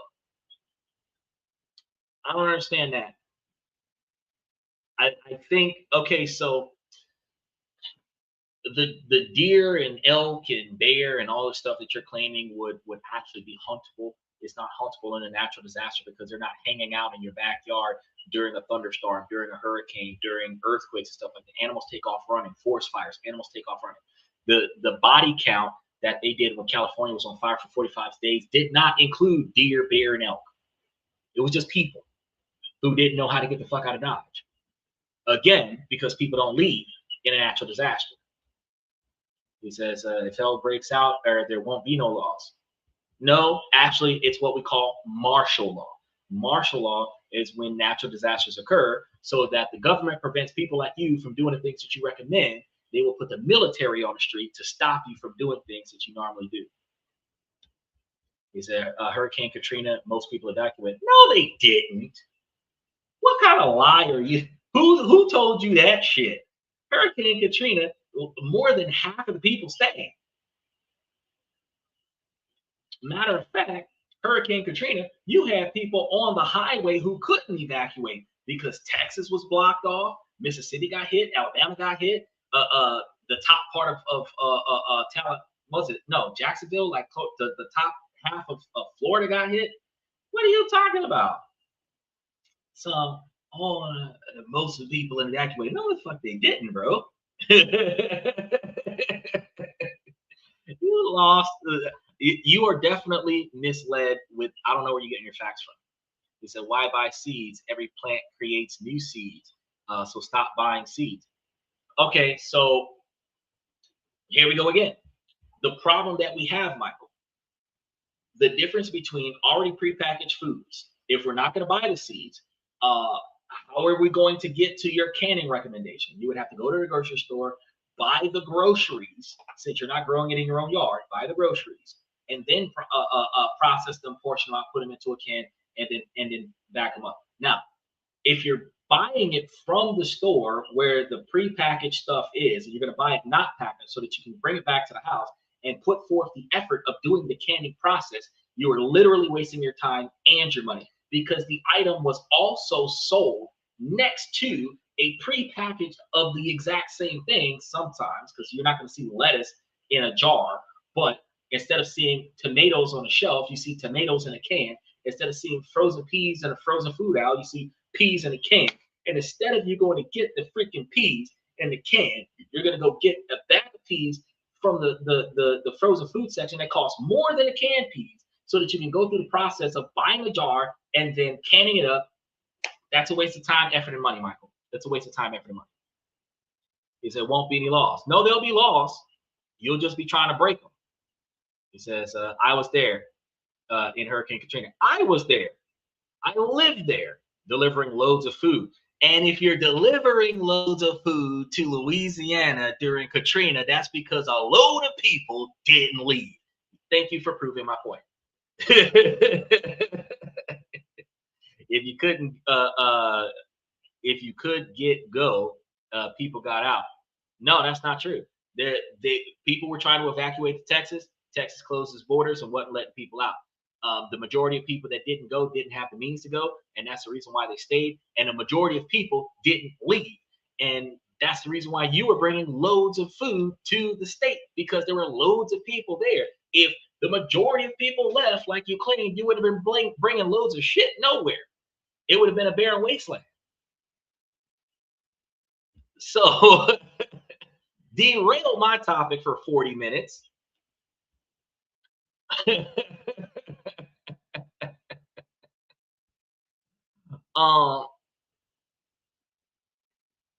A person with resource discipline, and that's what we were talking about before he took us down the wrong path, has the ability to see the lack of resources as a challenge, not a catastrophe. Okay. And he said, "Oh, go to the local farmer's market for fresh food." You're gonna go to the local farmer. You're not going to find a bag of non-frozen peas at the farmer's market cheaper than a can of peas at Walmart. So, and then the jar that you're going to buy, that's like $1.75, to take the $2.50 worth of peas and put it into that jar, plus the propane tank you're going to buy so that you can put it to your gas stove, because most houses don't have gas in America. There are some cities and states that still have gas stoves, but not very many of them. They modernize everything and do electric only. So if you have a gas house, make sure you take good care of it. But if you're spending $3 for the food in the container that you're putting it in, when you could have bought it for $1.50, $2, you're already wasting money. And now you're going to put the effort into packaging this item up. Now, this is one of the reasons why I tell you that your method is impractical, Michael, because you're only going to reuse the jar or can if you experience a natural disaster.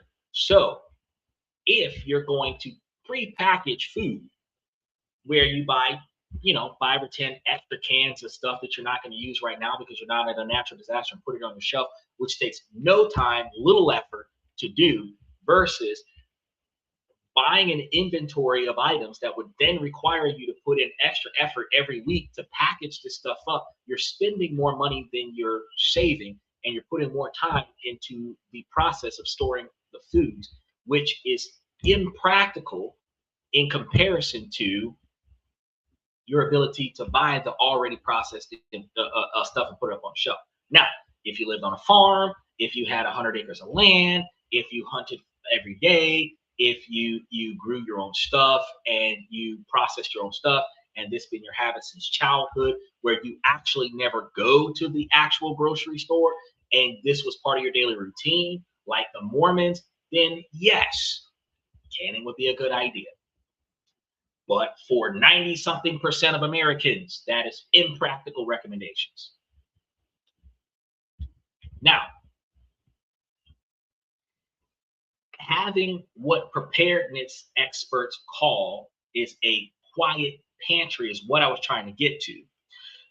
It's a rotating stock of shelfable items. This is stable essentials.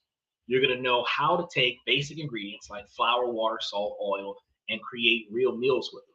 You'll be able to stretch resources to keep the family fed, which preserves not just physical strength, but also psychological calm. Cooking from scratch is also an economic survival skill. It can dramatically cut down daily expenses. Now, this skill has some deeply pragmatic layers. One can be called Depression era barter logic. And this isn't about hoarding toilet paper. It's the quiet stocking of modest vice goods, things like coffee, sugar, alcohol, or tobacco. The historical lesson is that in a true crisis, when cash might become useless, these are going to be the items that can become a currency for barter, for building goodwill with neighbors, or for boosting morale.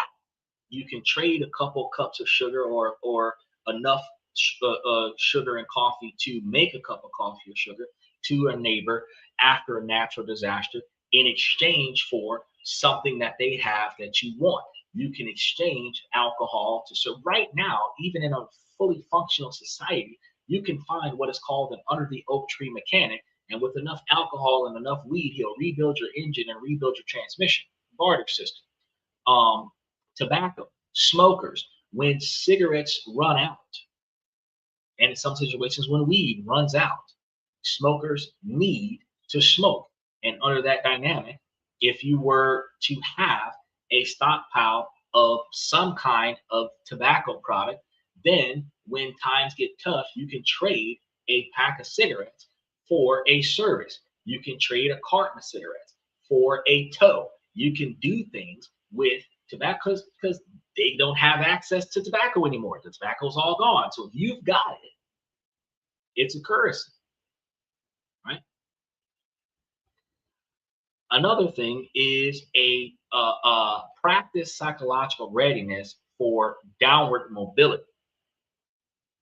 Having grown up through economic recessions, many Gen Xers develop a mental willingness to live on less if they needed to, meaning that they're not going to overspend just to maintain their personal desires level of expectation because it wasn't practical. This isn't pessimism, it's adaptability. When a crisis forces a lifestyle change, they're less likely to panic because they've already mentally rehearsed a life with less benefits. So, recognizing this information, here's going to be your challenge. You want to design a 7-day meal plan using only shelf stable ingredients. And shelf stable ingredients is stuff that's not stored in your refrigerator.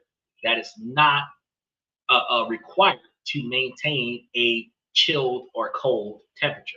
Dry products must add water to cook up and eat. So this is going to be ingredients like rice, beans, pasta, canned goods, Michael, pre-canned goods from the grocery store, oats, oil, salt, and spices. This isn't whole foods from a garden outside. This is shelfable, stable ingredients. Now, this exercise will quickly show you any gaps in your skills and your equipment. Because first of all, your ability to see shelfable items at the grocery store, buy them and bring them home, instead of non-shelfable items where you have to put forth the effort to learn how to store it properly to stretch the lifespan of it. You will then learn how to piece together meals and create like 2 or 3 different cans can come together and make a full meal in some situations. Or take, for example, the Progresso soup with the slow stewed beef. You can take that, put it on a bed of rice. The can is like $2.50, $2.75 for the can, and you get you a bag of rice for well, you get a big bag of rice, like a 20-pound bag, not a 20-pound, yeah, 20-pound bag of rice, a 20-pound bag of rice for like $10. So really, 2 scoops of rice and 1 can of slow stewed beef, and you are ultimately spending like $3, $3.50 on a meal. Not the same, because yes, you can microwave that if you have power, but if you don't have electricity, if you're trying to set up a dynamic to see if you can to manage this on a fly, you get you those propane tanks from the garden set, not the garden section, the sporting goods section at Walmart. You get the propane tanks. You can either get the big propane tanks, for the 5-gallon propane tanks, or a small 1-gallon propane tanks, and then the 2-eye burner and a pot. You can boil your water on the gas stove or the 2-eye burner, and then heat up your can with your Progresso stuff in it, and then pour that into a bowl, probably going to be a ceramic bowl, just to maintain the heat. Put your rice in the bowl, put your can of Progresso soup in the bowl, let it cool off a little bit, fork it up, eat it. That is something that you have to learn how to do, right? And then actually cook this food, right? And this exercise is going to show you what's going on. Second, start building a quiet pantry. Building a quiet pantry is a lot easier if you're not trying to do a Michael setting and create the can and then put the stuff in the can and then seal the can up. You want to begin with a simple 72-hour kit of food and water for each person in your house. So if you assume that there's like 2 or 3 people in your house, let's say it might be you, 1 or 2 other people, and probably your dog. You might want to have an extra quantity of portion for your pet too. But imagine, probably 1 or 2 cans per person, 3 times a day, probably 6 cans for each person. If there's 2 people in the house, that's 12 cans for 1 day. If you want to add 2 more cans for the dog, 14, maybe 15 cans total for the 3 of you per day. Now, if that's 15 cans, so you're trying to get 75 or 72 hours worth of stuff, which is 3 days, you got 15 times 3, which is 75 cans. Now, just for a 3-day supply, you can literally go to the store and buy 75 to 90 cans of food and bring it back to the house and put it into your fridge. And that, Michael, would be less difficult than starting up your own processing plant in your house to package up 90 cans of food. But once you get there, and this is stuff that you're putting into the pantry and you're not using, you want to gradually expand upon that. Rotate your stock every 6 months so that nothing goes to waste. You want to start putting the stuff on the shelf, and then and if you're getting, 75 cans every month, and you're stocking them up, and you don't necessarily need all 75 of them, eventually you're going to reach a point where you run out of space in your pantry. You might have like 2,000 cans in your pantry, and you run out of cans in your pantry. At that point, you want to take the oldest cans out first and put the newest cans in the back. Rotate out your inventory, which means that if you only have like 2,000 cans and you're using 15 cans a day, 1,500 cans would be 100 days. 100 days is almost 6 months. So with another 500 cans left, you're guaranteed to cross over 6 months. Think about that for a minute. And that's just the cans. That's not the rice and all the other stuff I talked to you guys about. This isn't hoarding. It's a rational insurance policy against uncertainty. The fourth skill is going to be about money, but its roots are psychological. It's the skill of analog money management and the almost forgotten art of delayed gratification. Now, this is really important for you guys tonight. Delayed gratification. Gen Xers come from an age when money was more of a physical thing. Before banking apps, you managed your finances by balancing a checkbook, a physical ledger where you wrote down every deposit and every withdrawal. Spending wasn't an abstract tap of a card or a swipe of your phone across the register. It was a physical act of writing a check or handing over cash, which researchers show makes a transaction feel more real. The layaway, where you paid for an item in installments before taking it home, was very common, especially at Walmart. It was a delayed gratification as a business model. Layaway was most effective because you would collect the item when it was available in stores and made payments on the item until you paid for it in full, so that, and a lot of parents would do that throughout the year, grab a bunch of items, put it on layaway at Walmart, and make payments on it throughout the year, and then pick it up right before Christmas and bring it home. And that way they would have all of the stuff that Walmart had available for their kids throughout the year, and then bring all that stuff home and give it to their kids for Christmas. Today's financial world is mostly abstract and frictionless, very, very like in the moment. Many have never written a check, don't know what a check looks like. Seen it on TV where they get this big oversized check when somebody wins something, but they haven't actually seen a check in practice in a transaction of sale. Right? Money is just a number in an app. Tap to pay, buy now, pay later. These services are designed to remove any hesitation from spending. And this digital abstract makes it incredibly easy to lose track of cash flow. And it's paired with a social media culture that often glorifies instant gratification. So let's consider a plausible crisis, a systematic banking outage, or a major cyber attack. Suddenly, apps don't work. ATM machines are dark. Credit card and debit cards are useless. In these scenarios, those totally reliant on digital systems are financially paralyzed.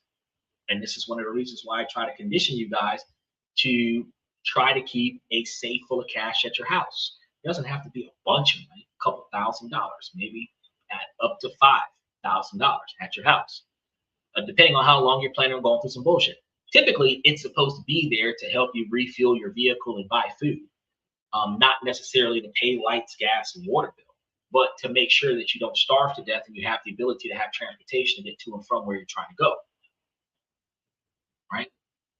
And this is one of the reasons why. But someone with an analog mindset is going to have a fallback plan. They likely keep reserves of physical cash at the house, which is what I'm trying to tell you guys. More importantly, the mental habit of tracking money manually can build a stronger awareness of their financial health, because you know how long you can survive off of the money that you have if you know exactly how much money that you have.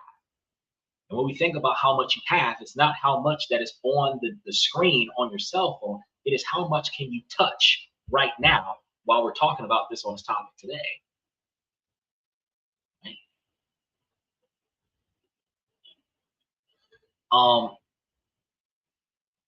While Gen X actually carries the highest average debt of any generation, often due to being in an expensive phase of life with mortgages, kids, the skills of manual budgeting are about awareness and control, not a guarantee of wealth. So, for the unorthodox layers of this, you have to first shift from thinking about net worth to actual cash flow thinking. In a crisis, liquidity is king. Net worth is an abstract number that based off of how much your stuff is valued at versus how much you owe people. Your net worth is how much money would you have left over if you sold all of your shit and paid off all of your debt. That's your net worth. It is not actual liquid assets. Billionaires with a net worth of billions means that the amount of stuff that they have legal control over or legal access to is worth billions of dollars more than the debt that stuff carries. That's where the net worth comes from. Cash flow is the concrete reality of what's coming in and what's going out. So a billionaire can be a billionaire until the internet goes out, and then a billionaire is broke. A billionaire with gold, silver, platinum, and cash in a safe in their house is still rich when the power goes out. A mindset focused on managing the timing and reliability of cash keeps you liquid, which is crucial for survival. Now, the second trick is a practice skeptical posture. Gen X was marinated in scandals, from corporate greed to political lies. This tended to breed a healthy skeptical observation of marketing claims and too good to be true offers. In an age of sophisticated online scams, this instinct to question and verify is a very powerful defense. So here's how you challenge yourself in this area. For one whole month, you want to track every single one of your expenses manually in a physical notebook. Feel the friction, see the pattern. Second, for any non-essential purchase over, let's say 50 bucks, enforce a mandatory 48-hour cool-off period where you delay making the transaction. If you still want it after a couple days, fine, go ahead and get it.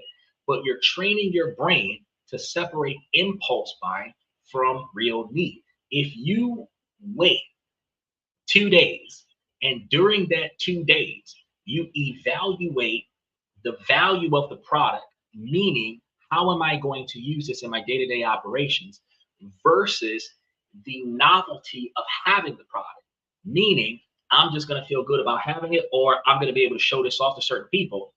After a while, you're going to find yourself realizing that the quantity of money that I would have spent on that item would not have had as much practical usage in my life. It would have looked good in the moment. It would have looked good for a couple of weeks. It might have even lasted a couple of months, depending on what it was and how much I really wanted to have it. But the fact is that eventually it would become an item that would collect dust in the closet and not have any monetary value. So you will be able to train your brain to separate impulse from real need. Now, these analog practices aren't about rejecting convenience. They're about reclaiming conscious control over your financial life. Our final skill that we're going to talk about tonight is the most philosophical, but it might be the most important one. It's going to be the mix of social and psychological abilities. We're going to refer to analog communications and real world social skills, and the strength to simply unplug. A Gen Z social life was intensely local and physical. Everybody met in person. Making plans meant picking up a landline, having a real-time conversation, and agreeing on a time and a place. We used to go to our friend's house and knock on their door and see if they were home. And we didn't just knock once and leave. We would knock 2 or 3 times and linger for 5 minutes before we left, sometimes 10 to 15 minutes before we left. If someone was late, you just waited for them. There was no text. There was no social media update. There was no pinging your location. This environment demanded a different set of skills. Reading body language, making eye contact, paying attention to if they're closing the blinds, shutting off all the lights when you show up, versus the time it takes for them to come from you seen a light come on to them actually opening the door to see what you needed, right?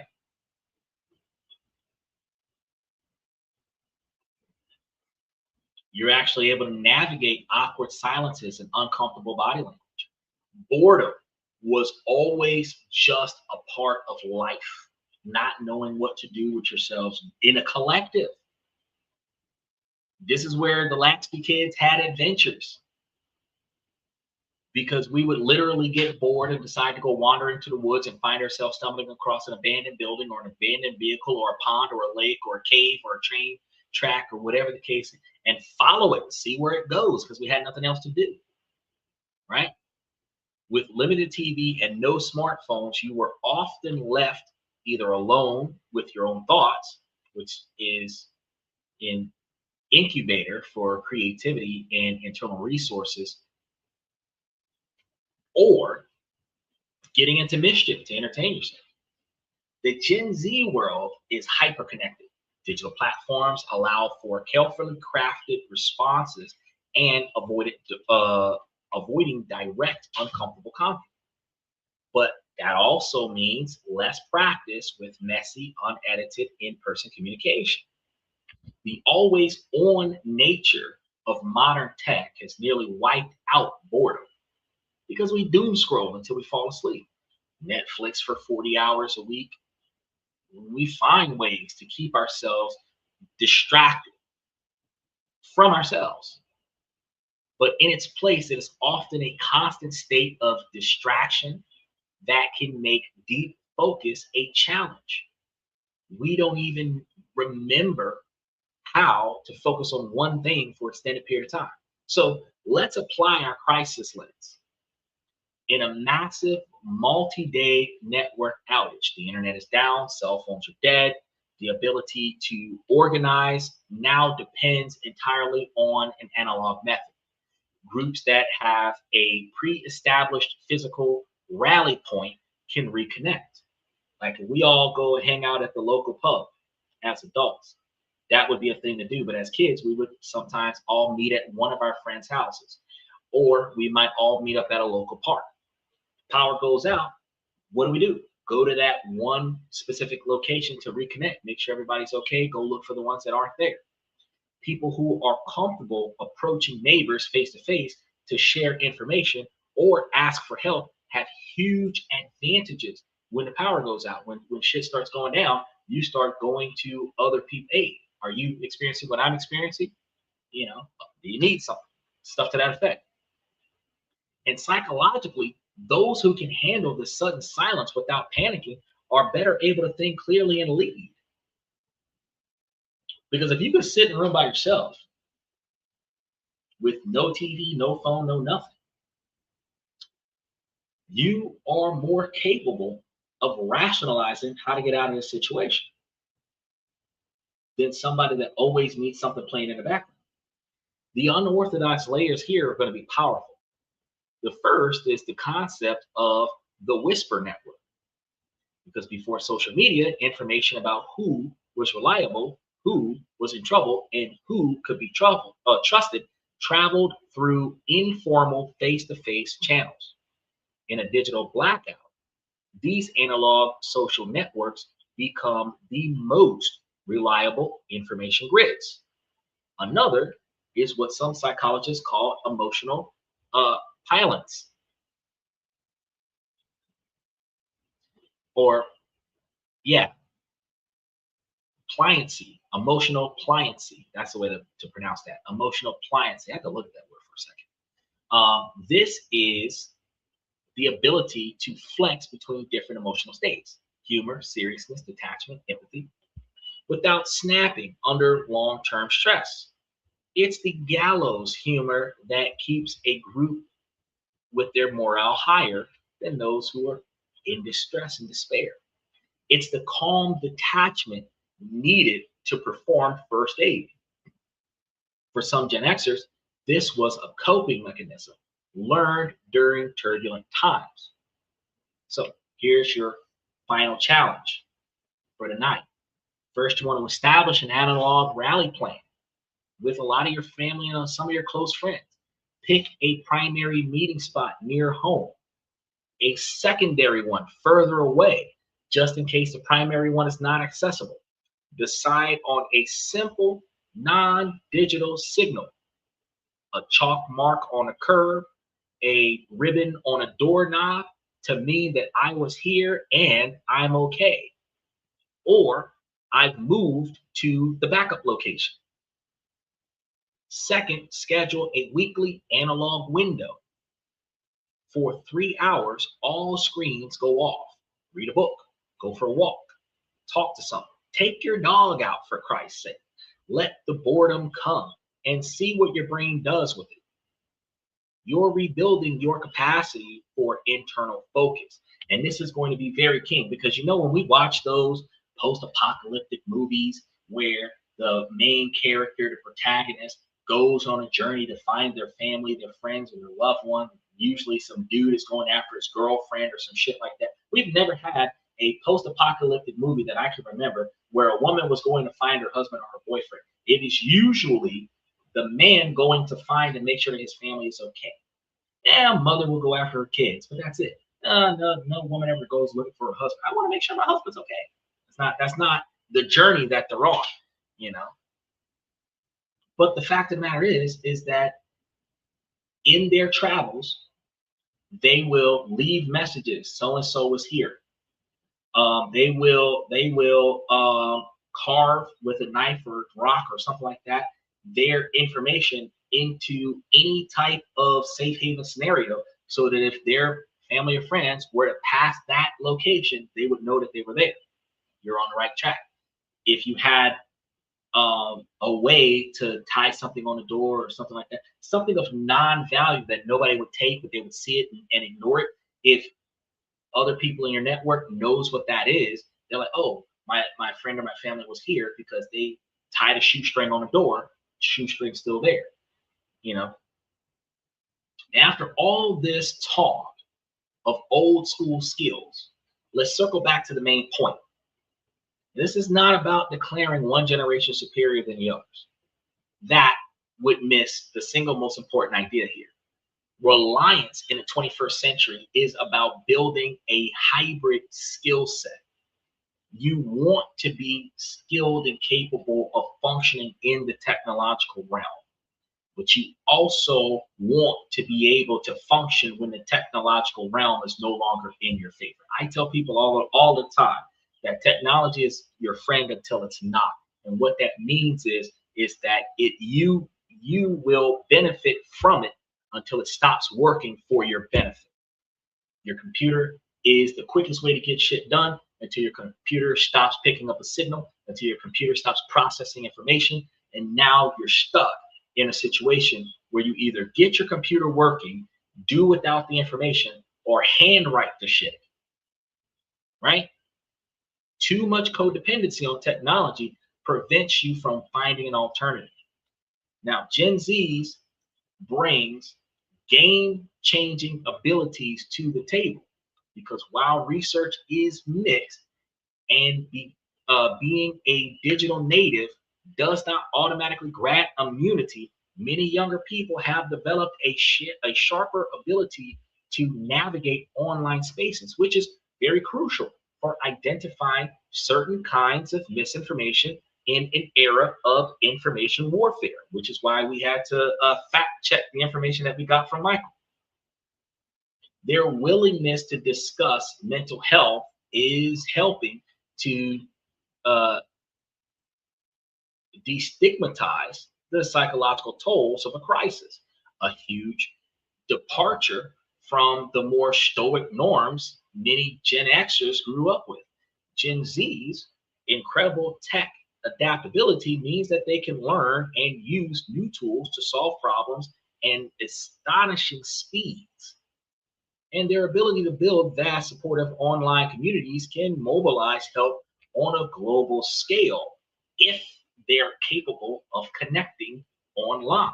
So the ultimate survivor, the truly resilient community, is going to be a blend. The person who can navigate to a hospital with a paper map and then use their digital literacy to vet the information online once they're there. It's the family that has a 30-day pantry and also has a member who can organize an online fundraiser for neighbors. It's about stocking Gen X's analog grit with Gen Z's digital fluency.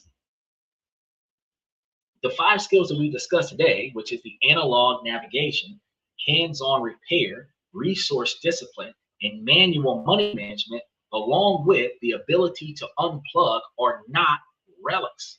They are a critical buffer against the fragility of our modern world. And they represent the points where technology can fail and the human capacity must take over.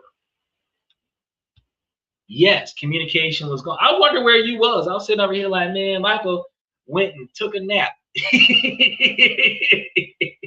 Because you used to only stay here till midnight. This is like 2 in the morning.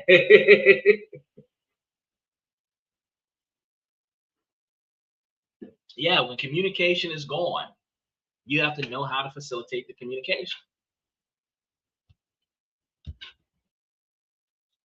Learning these skills is about empowerment. It's about declarations that you are not just a consumer of systems, but a capable person who can function with or without them. Learning to read a map, fix a leak, or sit in silence are not steps backwards. They are steps towards a deeper, more robust form of self-reliance. Knowing which direction is north is one of the most important things that you need to remember when you're traveling, especially if you get lost in the woods. They are the skills that gives you the options when other people run out of options. Now, this isn't about rejecting the future. It's about insuring yourself against its potential glitches. He says, I'm a baby boomer. Yeah, I understand that. I completely understand that. 1955, 1954, you're way before my time. Gen Xers would have been, like I said, 65 to like 1980, 1990, something like that, right? So when you were probably you were probably in your 20s when, well, no, actually, you were 40 when I were born. So, you were the generation before me, because generations are usually calculated at a 15 to 20 year scenario. So my generation would have been the last of the generation right after your generation. You were the baby boomers, and then we had I can't think of the name between the baby boomers and us, but then we were the Gen Xers, but I was the last of the Gen Xers. Right? So bicycle broke down, we fixed it, and we fixed it on the spot. I don't know about you, Michael, but I used to have in my back pocket, I would have a wrench and like a crescent wrench and a pair of pliers. I would also have like a little pouch with a spare inner tube and a screwdriver. if my bike broke down, wherever the fuck I was able to fix my bike, because what else we had? We had on the frame of the bike an inner tube, not an inner tube, a bicycle pump. So because I used to have mongoose, I used to have mountain bikes on my shit. I used to always have a mountain bike, but even if it wasn't a mountain, because I always have a mountain bike. And who cares about the water bottle? I had a bicycle pump mounted on my thing, a repair kit mounted on my thing, and I had tools in my pocket. And I would always go places with that stuff. So if that bike broke down, I was fixing it on the spot. And then we get back on and we ride. He said, you weren't even taught in the back seat of a car yet. Yeah, you're right, because when you were 30, I was born. So, you know, you were like, wait, you're like ancient. I'm familiar with your lifestyle because my parents taught me, and they came from your era. They said a bicycle kit tied to the bottom of the seat. That's old school. We actually had the little fanny pack thing so we could strap onto the bike. But, you know, a lot of things change in 40 years. But we still had the equipment to fix the bike on the bike with us. And we was able to take it with us and go places. And if something happened, we had a flat, we fixed it. If the chain came off the bike, we fixed it. The only thing we couldn't really fix was a bent rim, but we would do the best we can with it and find like 2 concrete bricks. And then we would like stand on the rim and try to mash the rim back as straight as possible. And then if we still had a little bit of a warp in it, we would just loosen up the brakes so that the warp wouldn't mess up the brake pads. And then we just ride that bitch back to the house. A lot of us would, and then when we got home, we would strip down another bike and fix that bike. Sometimes we have 1 big wheel and 1 small wheel. Some people had 2 small wheels. Some people had the biggest wheels that could fit on a bike. We would take out the gearbox and put a gearbox on a bike that never had a gearbox on it. We would modify bicycles, and it was a thing, especially in low-income neighborhoods. Bicycles became like a mode of transportation that was a car for adults. We would call those Schwinn's, the beach cruisers, we would call them the Cadillacs of bicycles. It's a single speed bike. If you found a 3-speed, you were doing something. But it was like a 26-inch single speed bike.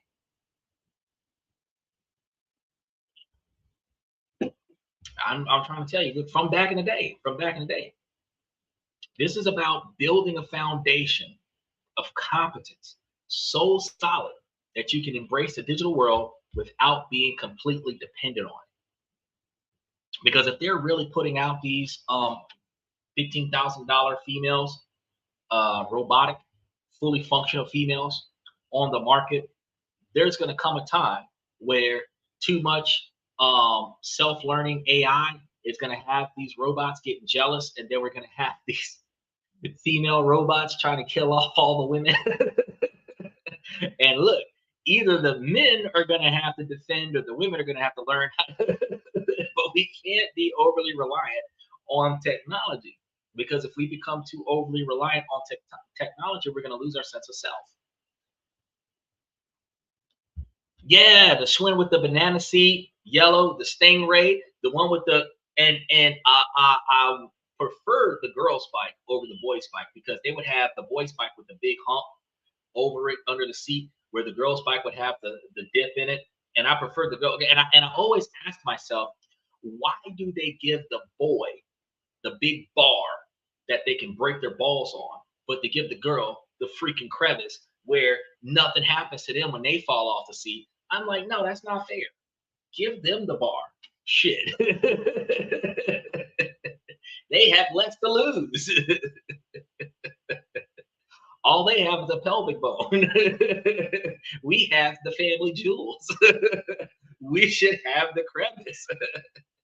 Elevate. Oh no. So the handlebar started down. We would take a pair of pliers or a crescent wrench and loosen the thing, and then elevate the handlebars and then tighten it back down. And now they're elevated handlebars. We used to be back in the day, bro. We used to elevate them back in the day. And one of the wild parts was we used to elevate them to get more torque so that we can put more power in our pedal, because we would pull we would get the torque, and then we would kind of like push down on the bike and pull, and like kind of use the extra height to kind of get that extra force on the sprocket system to get that tire to spin faster. It was a whole exercise, and you notice that when we were kids, we were in shape. We had six packs. We were toned. We had athletic thighs and calves. We were in shape. In our 40s and 50s, we start getting guts. We start having back problems. We was, man, because we not exercising the way we used to exercise when we was a kid. Because it wasn't called exercising as a kid. It was called living life and not being grounded. He says, and you were styling when you had a playing card attached to the tire. Well, okay, so 40 years down the line, that stopped being a thing. But yes, when you were a kid, that was the jam sandwich. So in the 60s and 70s, kids used to take the playing cards, the baseball cards, like Ken Griffey, Mickey Mantle, all of the other stuff, and they would take them and like kind of tape it to the frame of the bike and have it into the spokes, and it would as the wheel would turn, it would and kind of give that motorcycle sound to the bike, the artificial motorcycle sound to the bike. You were riding a style when you had it like that. You were riding a style when you had it like that.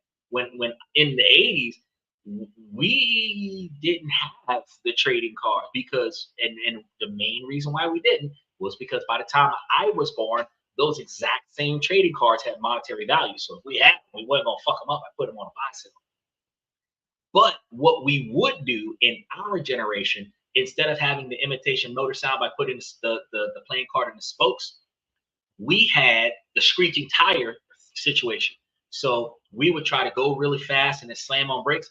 Well, some of us, instead of relying on the actual hand brakes or reversing the foot pedal to have the foot brake, we would actually take our foot and put it on the back tire and try to slide the bike and have tire tracks in the street and slide the bike to make the screeching sound the way when cars like slam on brakes, so that we can get that screeching sound. And if you could make that happen, you were a jam sandwich in the 80s and 90s.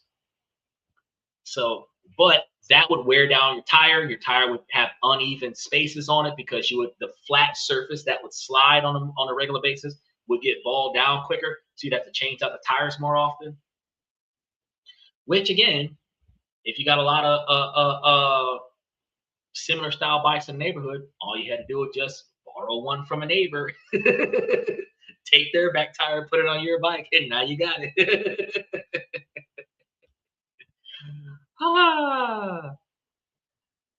The nostalgia of childhood, right?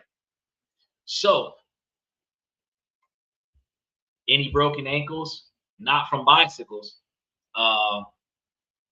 I was lucky. I have had friends that broke some ankles. I had friends that broke some arms. I had friends that punctured their chest with bicycles and stuff. We used to jump rooftops and stuff like that, base jump off of bridges and train tracks and stuff to that effect, climb trees and everything like that.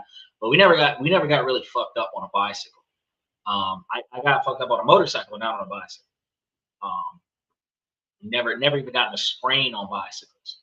You know, we used to do stunts and tricks on bicycles, but we wasn't doing the kind of stunts and tricks on bicycle like you see, like Tony Hawk Pro Skater, like trying to slide down stairwells and stuff. We wouldn't do shit like that. You know, yeah, we would ramp a bicycle off of a stable scenario and fall and hit the ground with that and warp the bike, and then we have to replace the bike. But for inner city kids, because we didn't have mountains to do that stuff with, but we weren't like ramping off of a stairwell with a 20-foot drop where we could break something and end up in the hospital the way these skateboarders are doing. We didn't do stuff like that. So we didn't have the kind of but we did get hurt. We did get fucked up. We did get sores. We did get cuts and scrapes and scratches and stuff like that. We were not invincible, but we thought we were until we started bleeding. But all we had was peroxide and rubbing alcohol, isopropyl alcohol. You pour some stuff on it, cover it with some Neosporin, put a bandage on it, get your ass back outside. That's pretty much all it was. And And that actually brings us back to a dynamic with fashion right now, because back in our day, we had regular jeans that would only become stain wash jeans because somebody fucked up and put bleach in the jeans. So jeans were always blue jeans or black jeans because that's the way they came. And until they got faded from years of wear, or when somebody accidentally put bleach in the color clothes, that's when you get bleach stain. We didn't buy pre-stained clothes from the store. We also had clothes that had holes and rips in them because of the stuff that we were doing at the time that we were playing that ripped our clothes. And we ended up with ripped jeans. And we wore those ripped jeans as play clothes because our parents couldn't afford to buy us clothes every time we fucked it up. So if we fucked up good clothes, you now only wear that when you go to play with your friends. And then the good stuff that we buy, we would only wear that in places of importance. I really appreciate it, man. We're here 7 nights a week. We give you guys all kinds of information about a lot of other things. We talk about business and finance on Monday, Tuesday, and Wednesday, but Thursday, Friday, and Saturday, we talk about personal improvement. And I'm just trying to tell y'all, hey, young bucks, if y'all learn about reenacting how the old folks are doing stuff, y'all might find yourselves in a more practical position. Yeah, the bell bottoms or the elephant pants. Yeah, we used to, and then when the clothes got ripped up too much, that's where the jean shorts came from. Was because the rip got so big, you just cut the pants leg off, and we usually cut it at the knee. And then we had shorts. We didn't have the shorts that were so short that your pockets hang below your shorts. Nobody ever did that. The girls are doing that now to look attractive, which it's very terrible. You look easy, but you don't look attractive. Okay, so you look desirable to the magnitude that somebody would sleep with you, but you don't look desirable to the magnitude of girlfriend and wife material. It's like a mistress. It's like a call girl. It's like a non-valuable woman kind of thing. So when they're cutting the shorts too short, to exploit their genitalia, at the end of the day, like you're attracting the wrong attention. Like we actually only cut the shorts because the pants were that fucked up that we couldn't maintain the pant leg anymore, and then we would cut it. But the kids these days, they just cut it so that they can look cute and they can look attractive, and it's terrible. It's terrible because they have to turn the sound down, listening to the screech owls outside my window. Oh, when the owls start making noise, it might be somebody coming to the house. It might be one of them cabins in the woods. You're gonna have to get rack them, lock and load, and get out there and go investigate.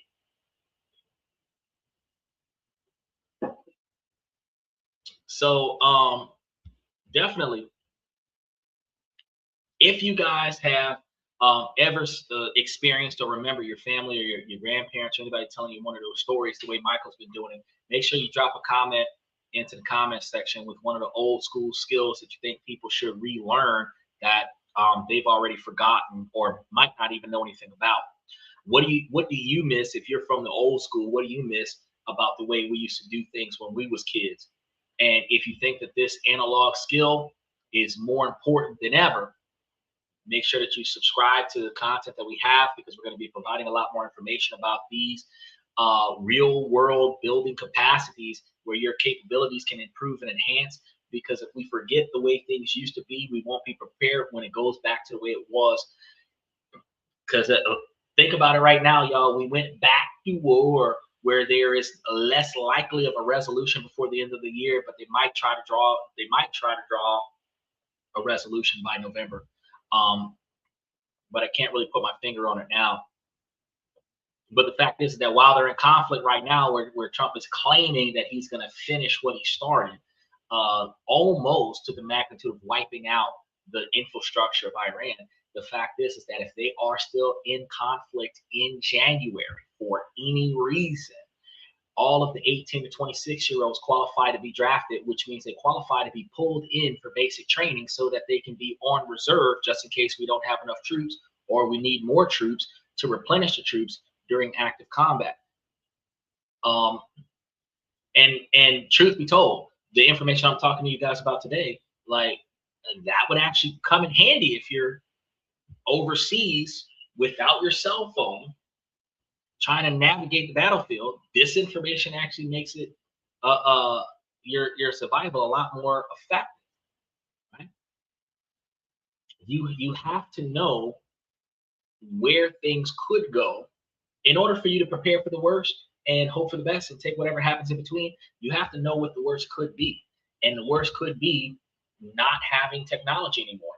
The worst could be not having functional running water on a regular basis, not having usable electricity on a regular basis, not having access to transportation on a regular basis.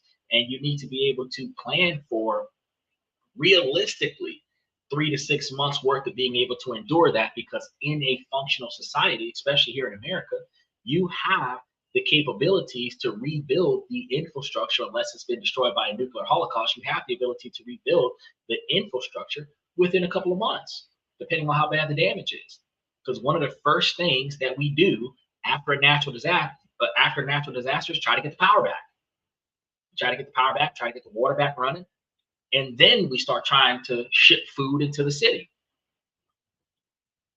But they can't get the power back on until the storm is clear, until the disaster is clear. And then they have to clear the rubble so that they can get to the transformers and everything like that to get the power back on and get the water back on. So the time it takes for them to get to you, that's how long you have to survive. So 3 to 6 months worth of survival skills, 3 to 6 months worth of resources, that's a realistic number to hold. A year to 2 years, that's like pandemic level preparations. But since we've already experienced a pandemic in our lifestyle, where we were out of work for 12 months and experiencing pandemic level behavior for 18 months, having 6 to 18 months worth of reserves just in case another pandemic happened again in our lifetime would be realistic. Having it for our children as a teachable behavior pattern so that they're ready for this in case it happens in their lifetime is realistic. Because if it's happened before, it can happen again.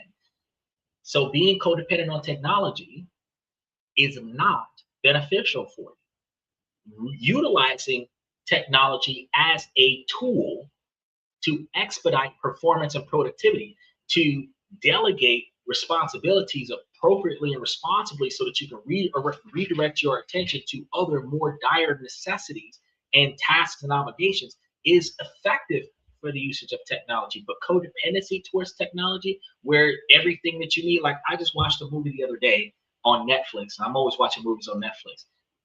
But these kids, and this is like a 2016 movie, where these kids were living in a house where Alexa was their babysitter, right? And the damn machine turned on. The fact is that they couldn't go into the fridge without the machine doing it for them. They couldn't change the channel, turn up or down the thermostat, open or close a door. They couldn't do anything without this machine. When the machine stopped functioning, they couldn't even get out of the house, right? Too much codependency on technology puts you in a vulnerable situation. And when that technology defects, whether it's one of those sci-fi like robot Eureka kind of situations that turns the humans into prisoners kind of situation, or if it just defects and just stops working.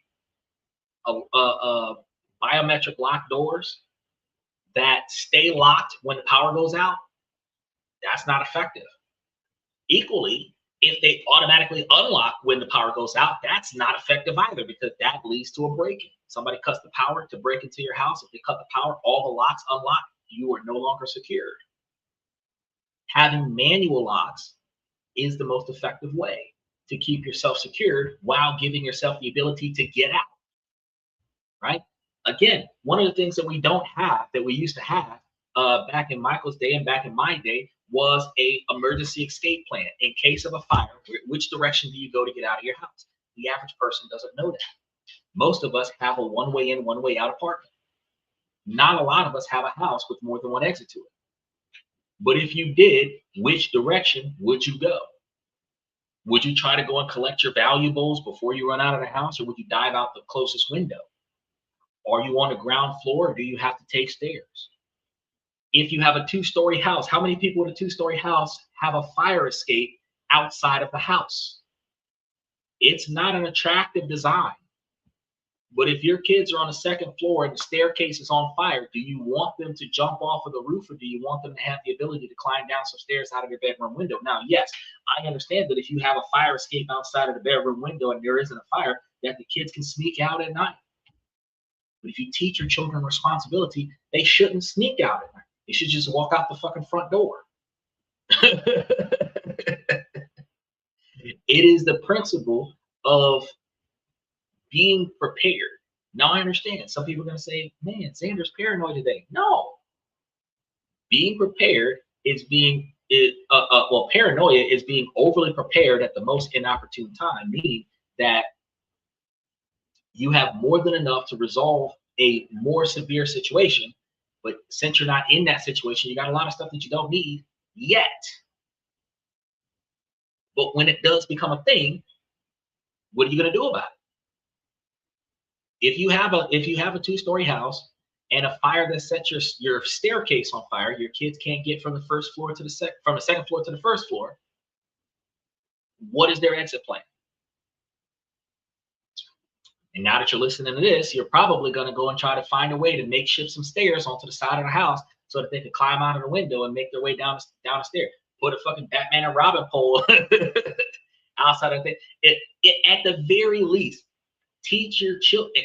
First of all, keep extra linen in their house and change their bed sheets, but then teach your children how to take their bed sheets and tie them together and make a rope and tie it to something heavy in the house so that they can shimmy down the window like Batman and Robin if they don't have a staircase. Teach them how to keep themselves alive. These are things that we were taught when we were kids, and when it became necessary, we knew what to do and we were able to survive catastrophic behavior. But these days, the average person will ball up in a corner and cry until the firefighters get there instead of saving themselves. Back in the 80s and 90s, before we had a social media, everybody would be outside of the house watching the house burn down when a firefighter shows up. Now, motherfuckers be still in the house, hanging out the window. Help! But you could have been outside. You should only be in that situation if you're on the 18th floor of an apartment complex.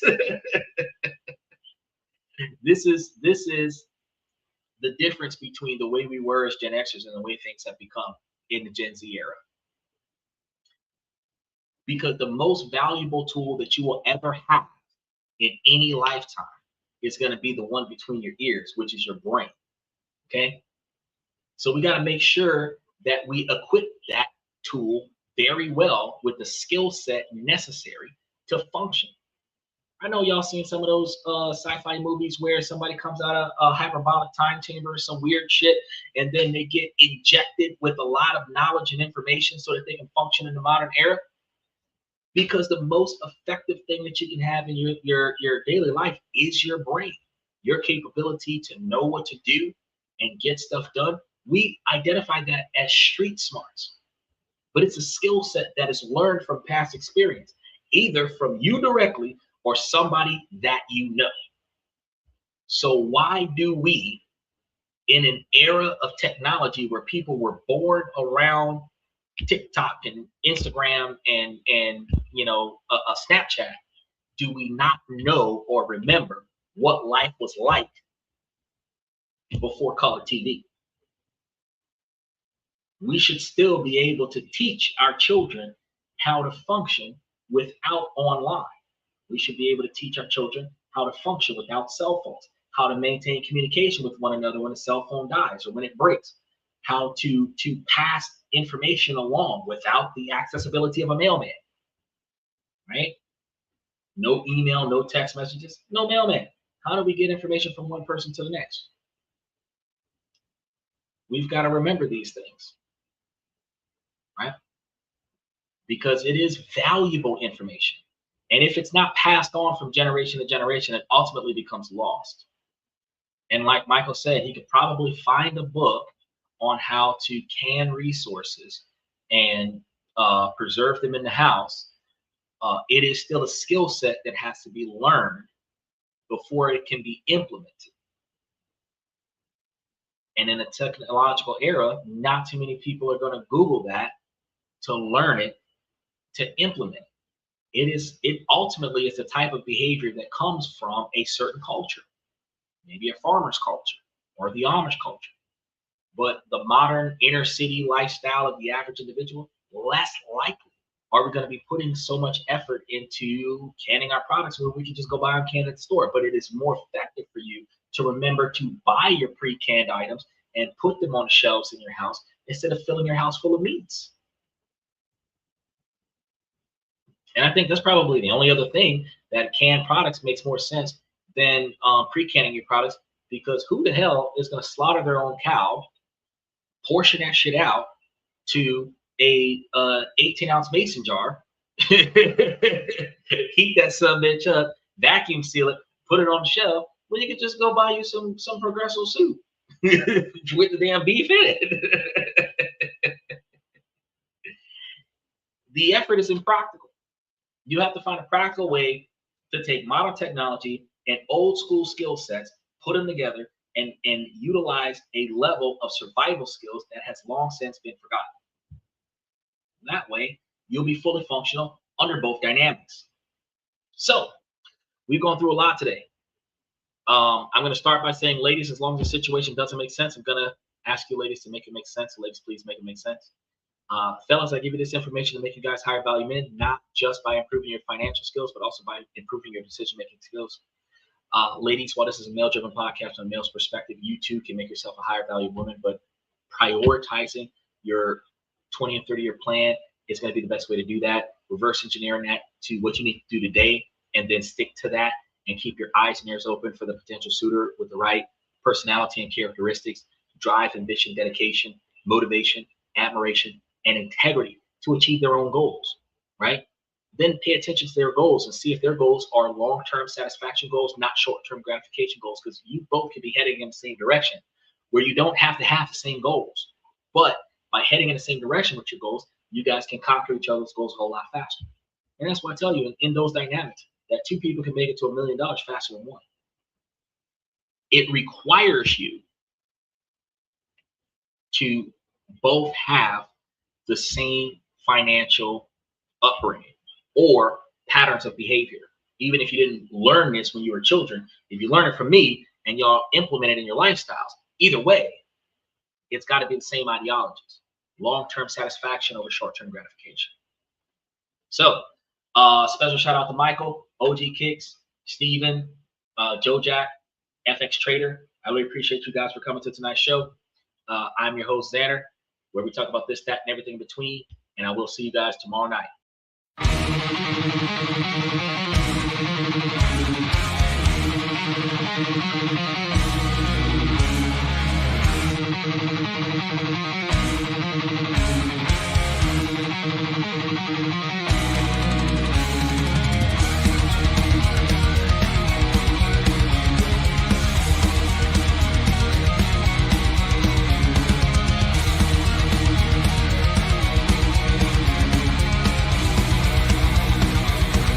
Higher ground.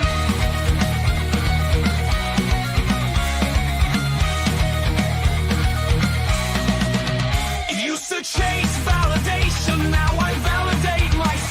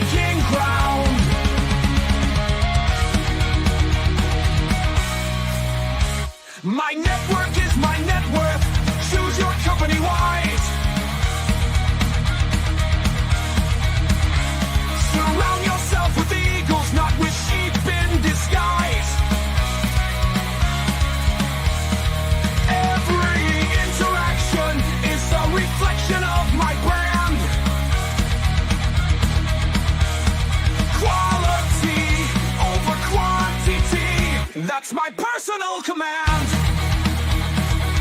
I'm not